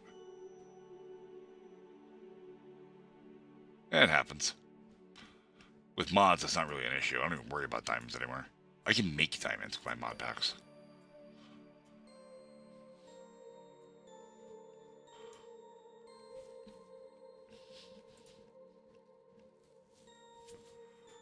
Okay. Yeah, 1.7.10 is old as hell, obviously. It's, I would say probably 10 years old, if not older. But 1.7.10 was a special version of Minecraft. You see, Mojang has been really good about updating the game about once a year. Okay, except for 1.7.10. 1.7.10 they skipped a year. So this was the longest running version of Minecraft without an update, and because of that, the mod community had a chance to actually stabilize all of their mods. This version of Minecraft has more available mods than any other version. Oh, the new mic? It's right here. It's right here. It doesn't work.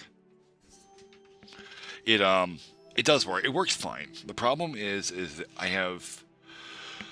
I think there's a problem with my USB root hub in my computer, and it's creating electromagnetic interference, and the mic is picking it up. If I turn that mic on right now, and I can because it's plugged in, it will squeal like hell, and it will drive all of you to shut your phones off right now.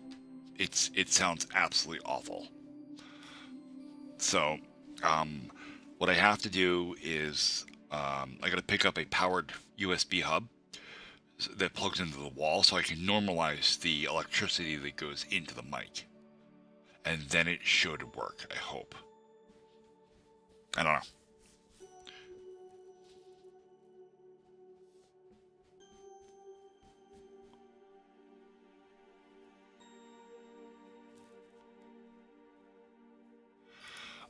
Well, the Bedrock version of Minecraft wasn't able to have mods until literally this month. It just dropped. That you can get data packs now and stuff that actually add stuff to the game. Before now that wasn't possible except on the Java PC version. However, if you want to mod the PC version, I have a video on my channel that will teach you how to do that, both client and server.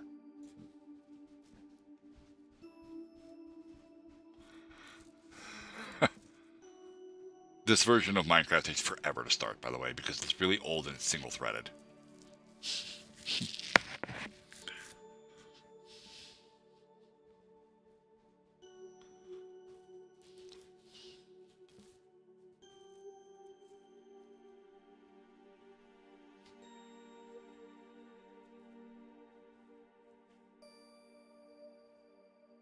It's not doing good. Also, remember my video card is getting eaten up because I have the stream software running too, and I'm burning out my video card to encode the stream. But I'm also loading the video card full of textures for Minecraft. And this has got 163 mods.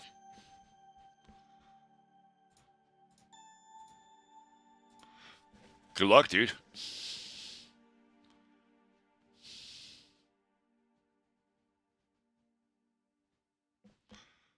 Let's see, if we go to single player, I was streaming this version for a little while.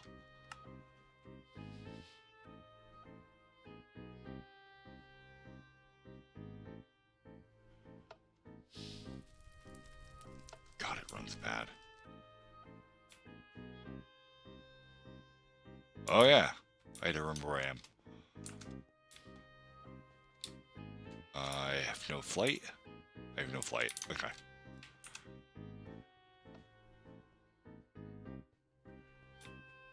But hundreds and hundreds of different blocks and shit you can play with, brand new mechanics. This is my absolute favorite version of Minecraft, despite the fact it has all kinds of limitations. Right here in a In a village, that's right.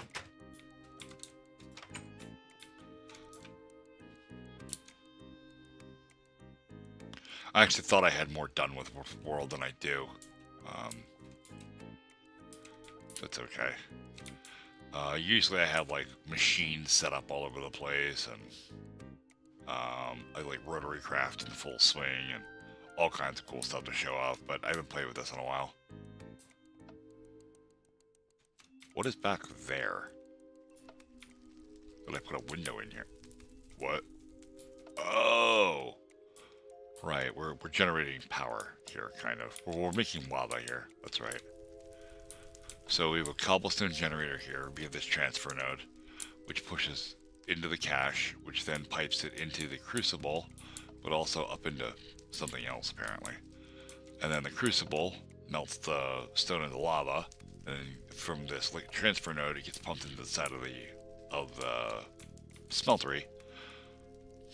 So I have infinite fuel right there to keep this thing running.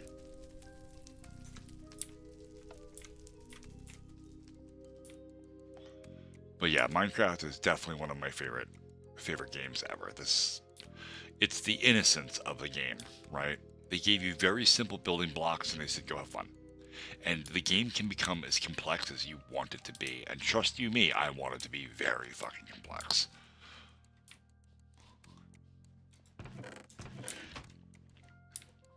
I'm one of those geeks that has built computers in Minecraft. Out of redstone.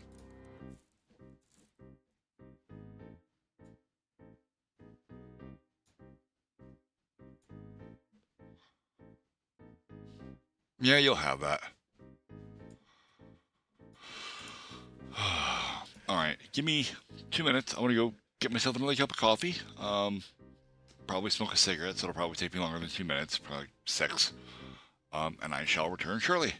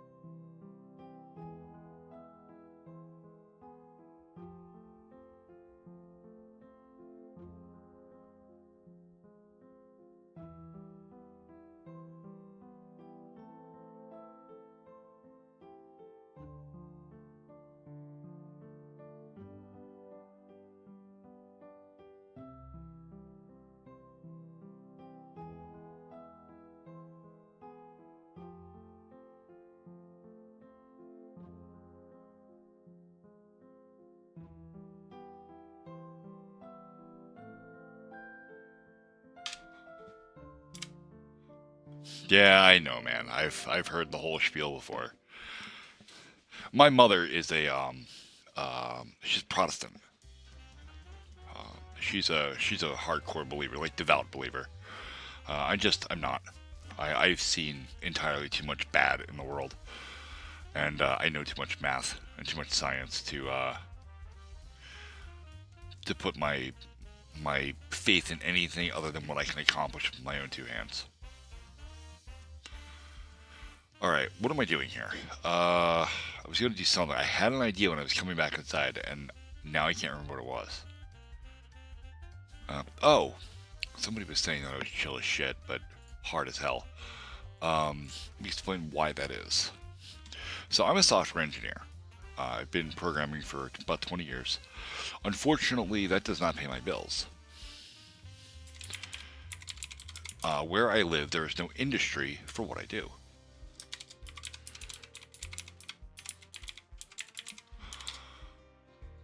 Which is why I kind of work for myself.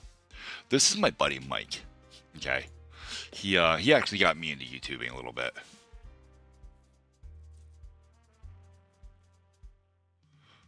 No, I'm already well on top of that.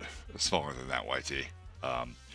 My kids' screen time is heavily monitored, and like I said, they're involved in sports and stuff with school. Like, I make sure they have plenty of time outside. They have, like, I want the kids to play games with the rest of the family, especially on shitty days, when it's raining outside, or where I live, sometimes the temperature can be like -5 degrees. That's not appropriate to send children out in, no matter how many layers of clothing you put on them. So, we sit inside all day. We play games together, or whatever. Anyway, this is my buddy Mike. He's a tough nugget. Let me just link his channel.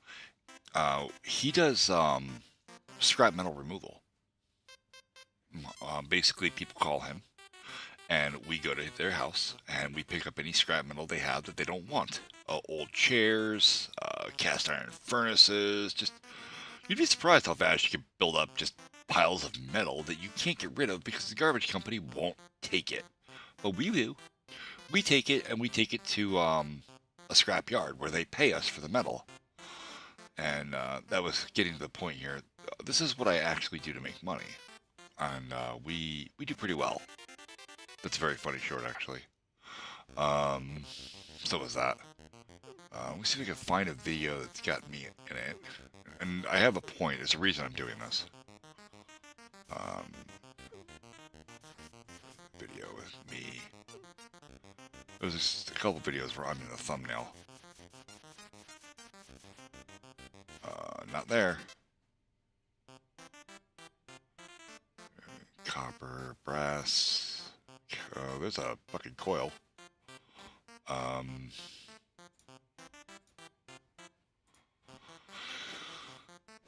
God, he puts out a video almost every day. That's me. I'm in this video, pretty sure. We're gonna mute this because we are incredibly vulgar when we do these videos.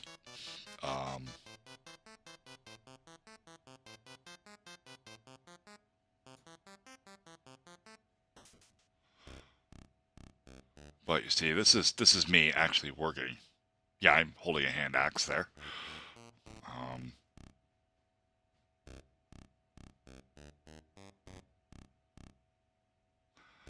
I'm sure I said something filthy there, which is why I'm snickering. Lazy stairs is easy. You haven't figured out the magic trick yet.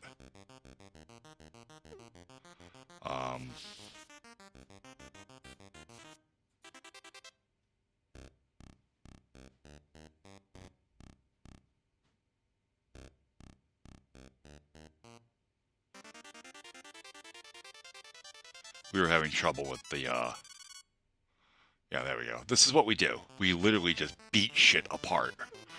Like, yeah, that's about 20 pounds of copper right there. I'm making a disgusting reference. Don't mind that. pardon. This is a really labor-intensive job. We work really hard. Like, we work for about 6 hours a day, and we're dead at the end of the day. We're just exhausted. But anyway, doing a job like this, because it is so very labor-intensive, will absolutely stack muscle on you. It turns you into a monster. Me and Mike both can pick up washing machines and hold them over our head. Not front-load washers. Those are really heavy because they have concrete at the bottom of them. Like old school top-load washers or dryers, we can literally pick them up over our heads and throw them around.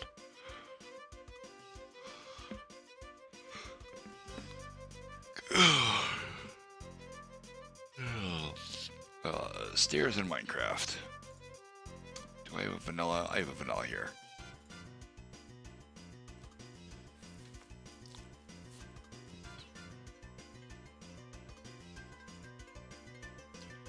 See if I can show you the magic. This is a... Shit, I think it's survival world. It is not. Okay.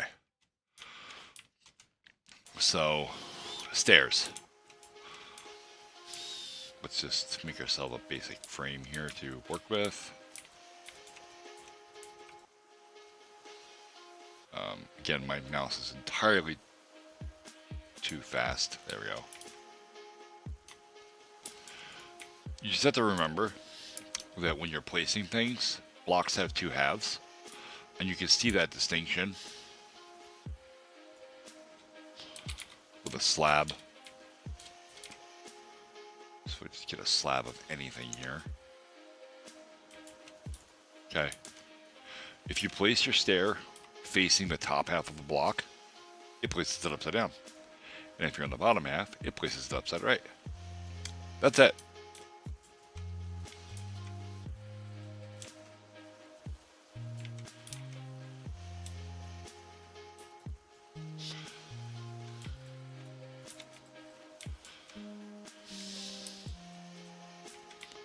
See? And then you can come up here. Just...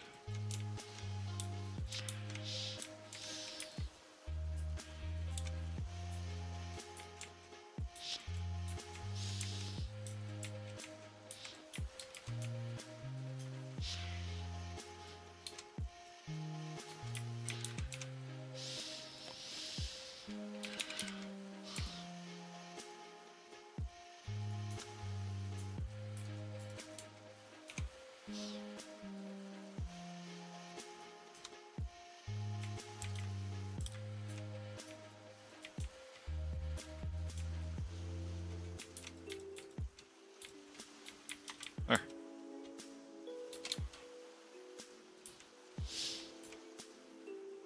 That's all there is to it. It's just knowing what half of the block you're on. So if I place this here, it'll be upside down. If I place it here, it'll be upside right. That's it. You just have to know where the line is, and the line is there.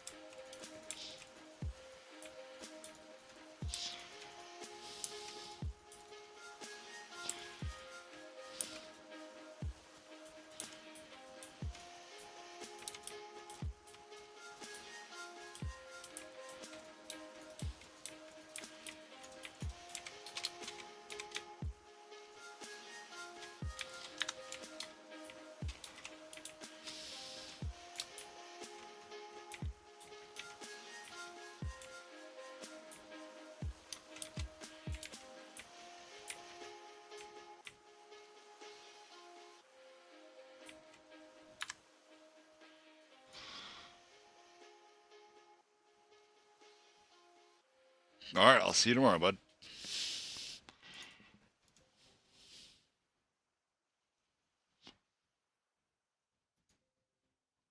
wanted to keep doing that, that's for sure. That's annoying.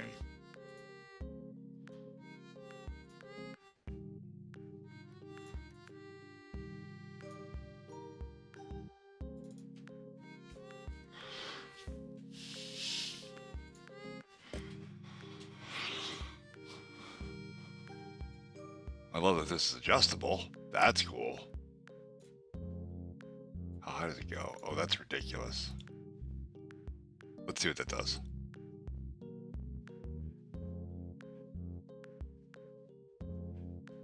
Oh my god, it's become completely uncontrollable.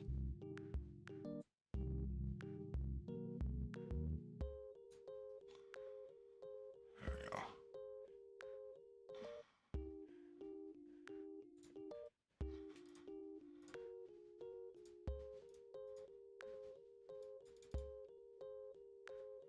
Oh, yeah, it's not even usable. It's so fast, it's not even usable.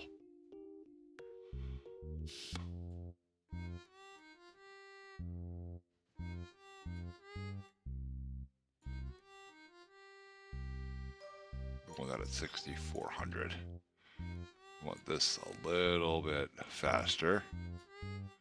That's good.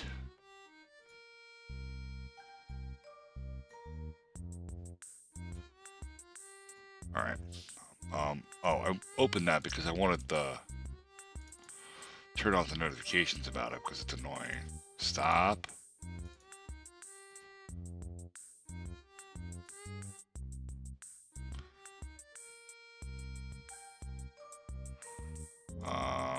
What, for like idle games?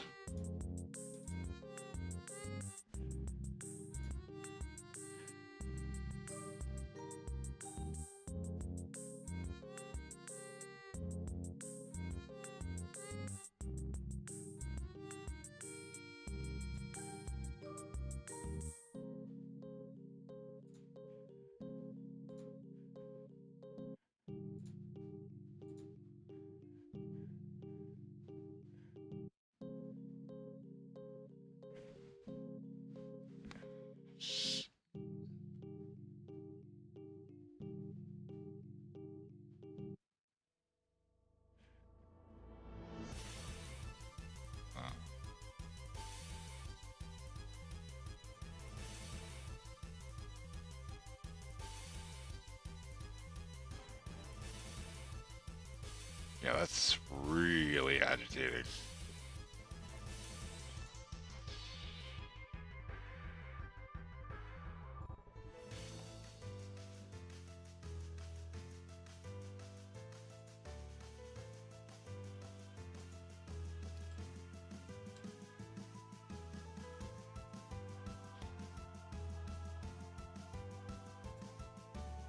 Oh, perfect. Turn off all notifications. Yep.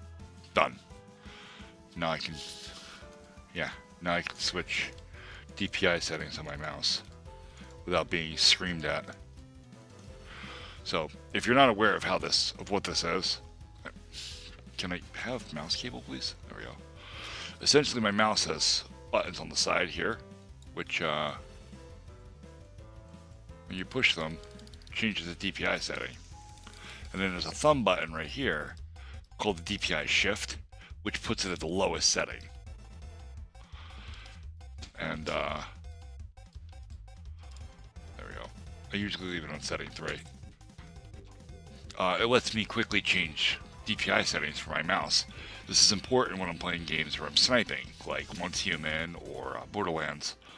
You know, I can hit that DPI shift button, and then my mouse slows down to a crawl, and I can just dial right in on a face.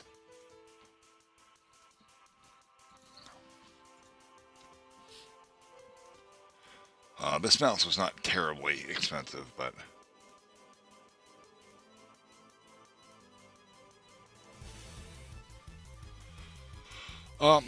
my nephew plays Roblox. I'm not a fan. I'm very concerned for his safety all the time, but, you know.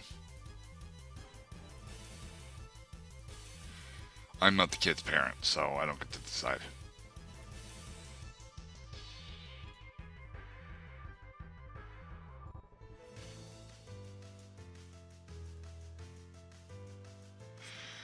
Shit, I actually should have told Cole to cold to cold there. I'll tell you while you're here. I have a Discord, which I just had open there.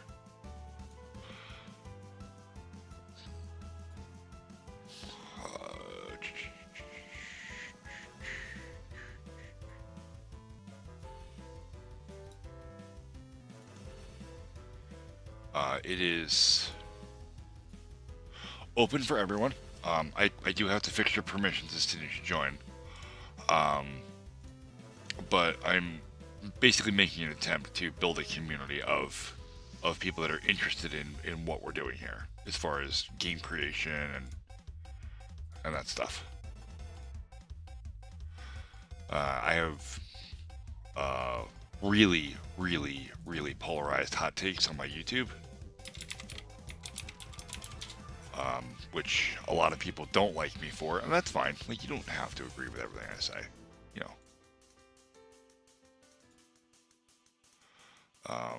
But as you can see here, I have a gigantic amount of content. It's something like 500 and some odd videos here. Yeah, it's 573 videos total I've uploaded. Most of which are shorts. And my shorts generate quite a bit of complaint. But, you know. And it's because of this that I expect my community is never going to be quite as large as like this one that I'm a part of, Pirate Software. This community is massive. There are tens of thousands of people online all the time on this Discord. But because this Discord is so large, sometimes you get lost in the clutter, right? Like, you go to say something in one of the channels, and there's just so much stuff happening that nobody ever sees what you wrote. You know, and that's no one's fault. It's just that's what happens when you have a really busy Discord.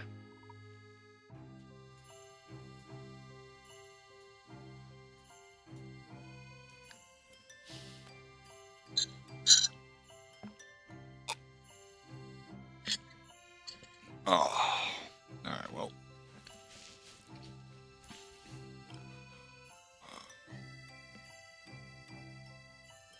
On top of the fact that he has the ferret stream too, which the ferret stream is very cool.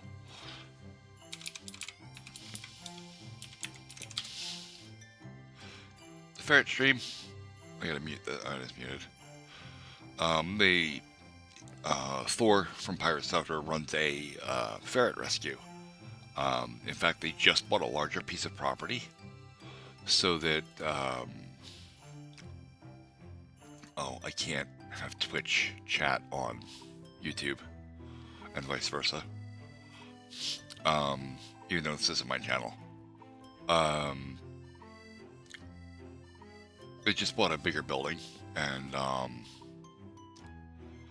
the rescue is expanding to be able to hold 100 ferrets, which I think is fucking awesome. Like, the guy that runs that community is such a cool guy, and he's making a game in Game Maker as well called Heartbound, which is actually what the music that you're listening to is from. I bought the soundtrack, and I have the rights to broadcast it, so.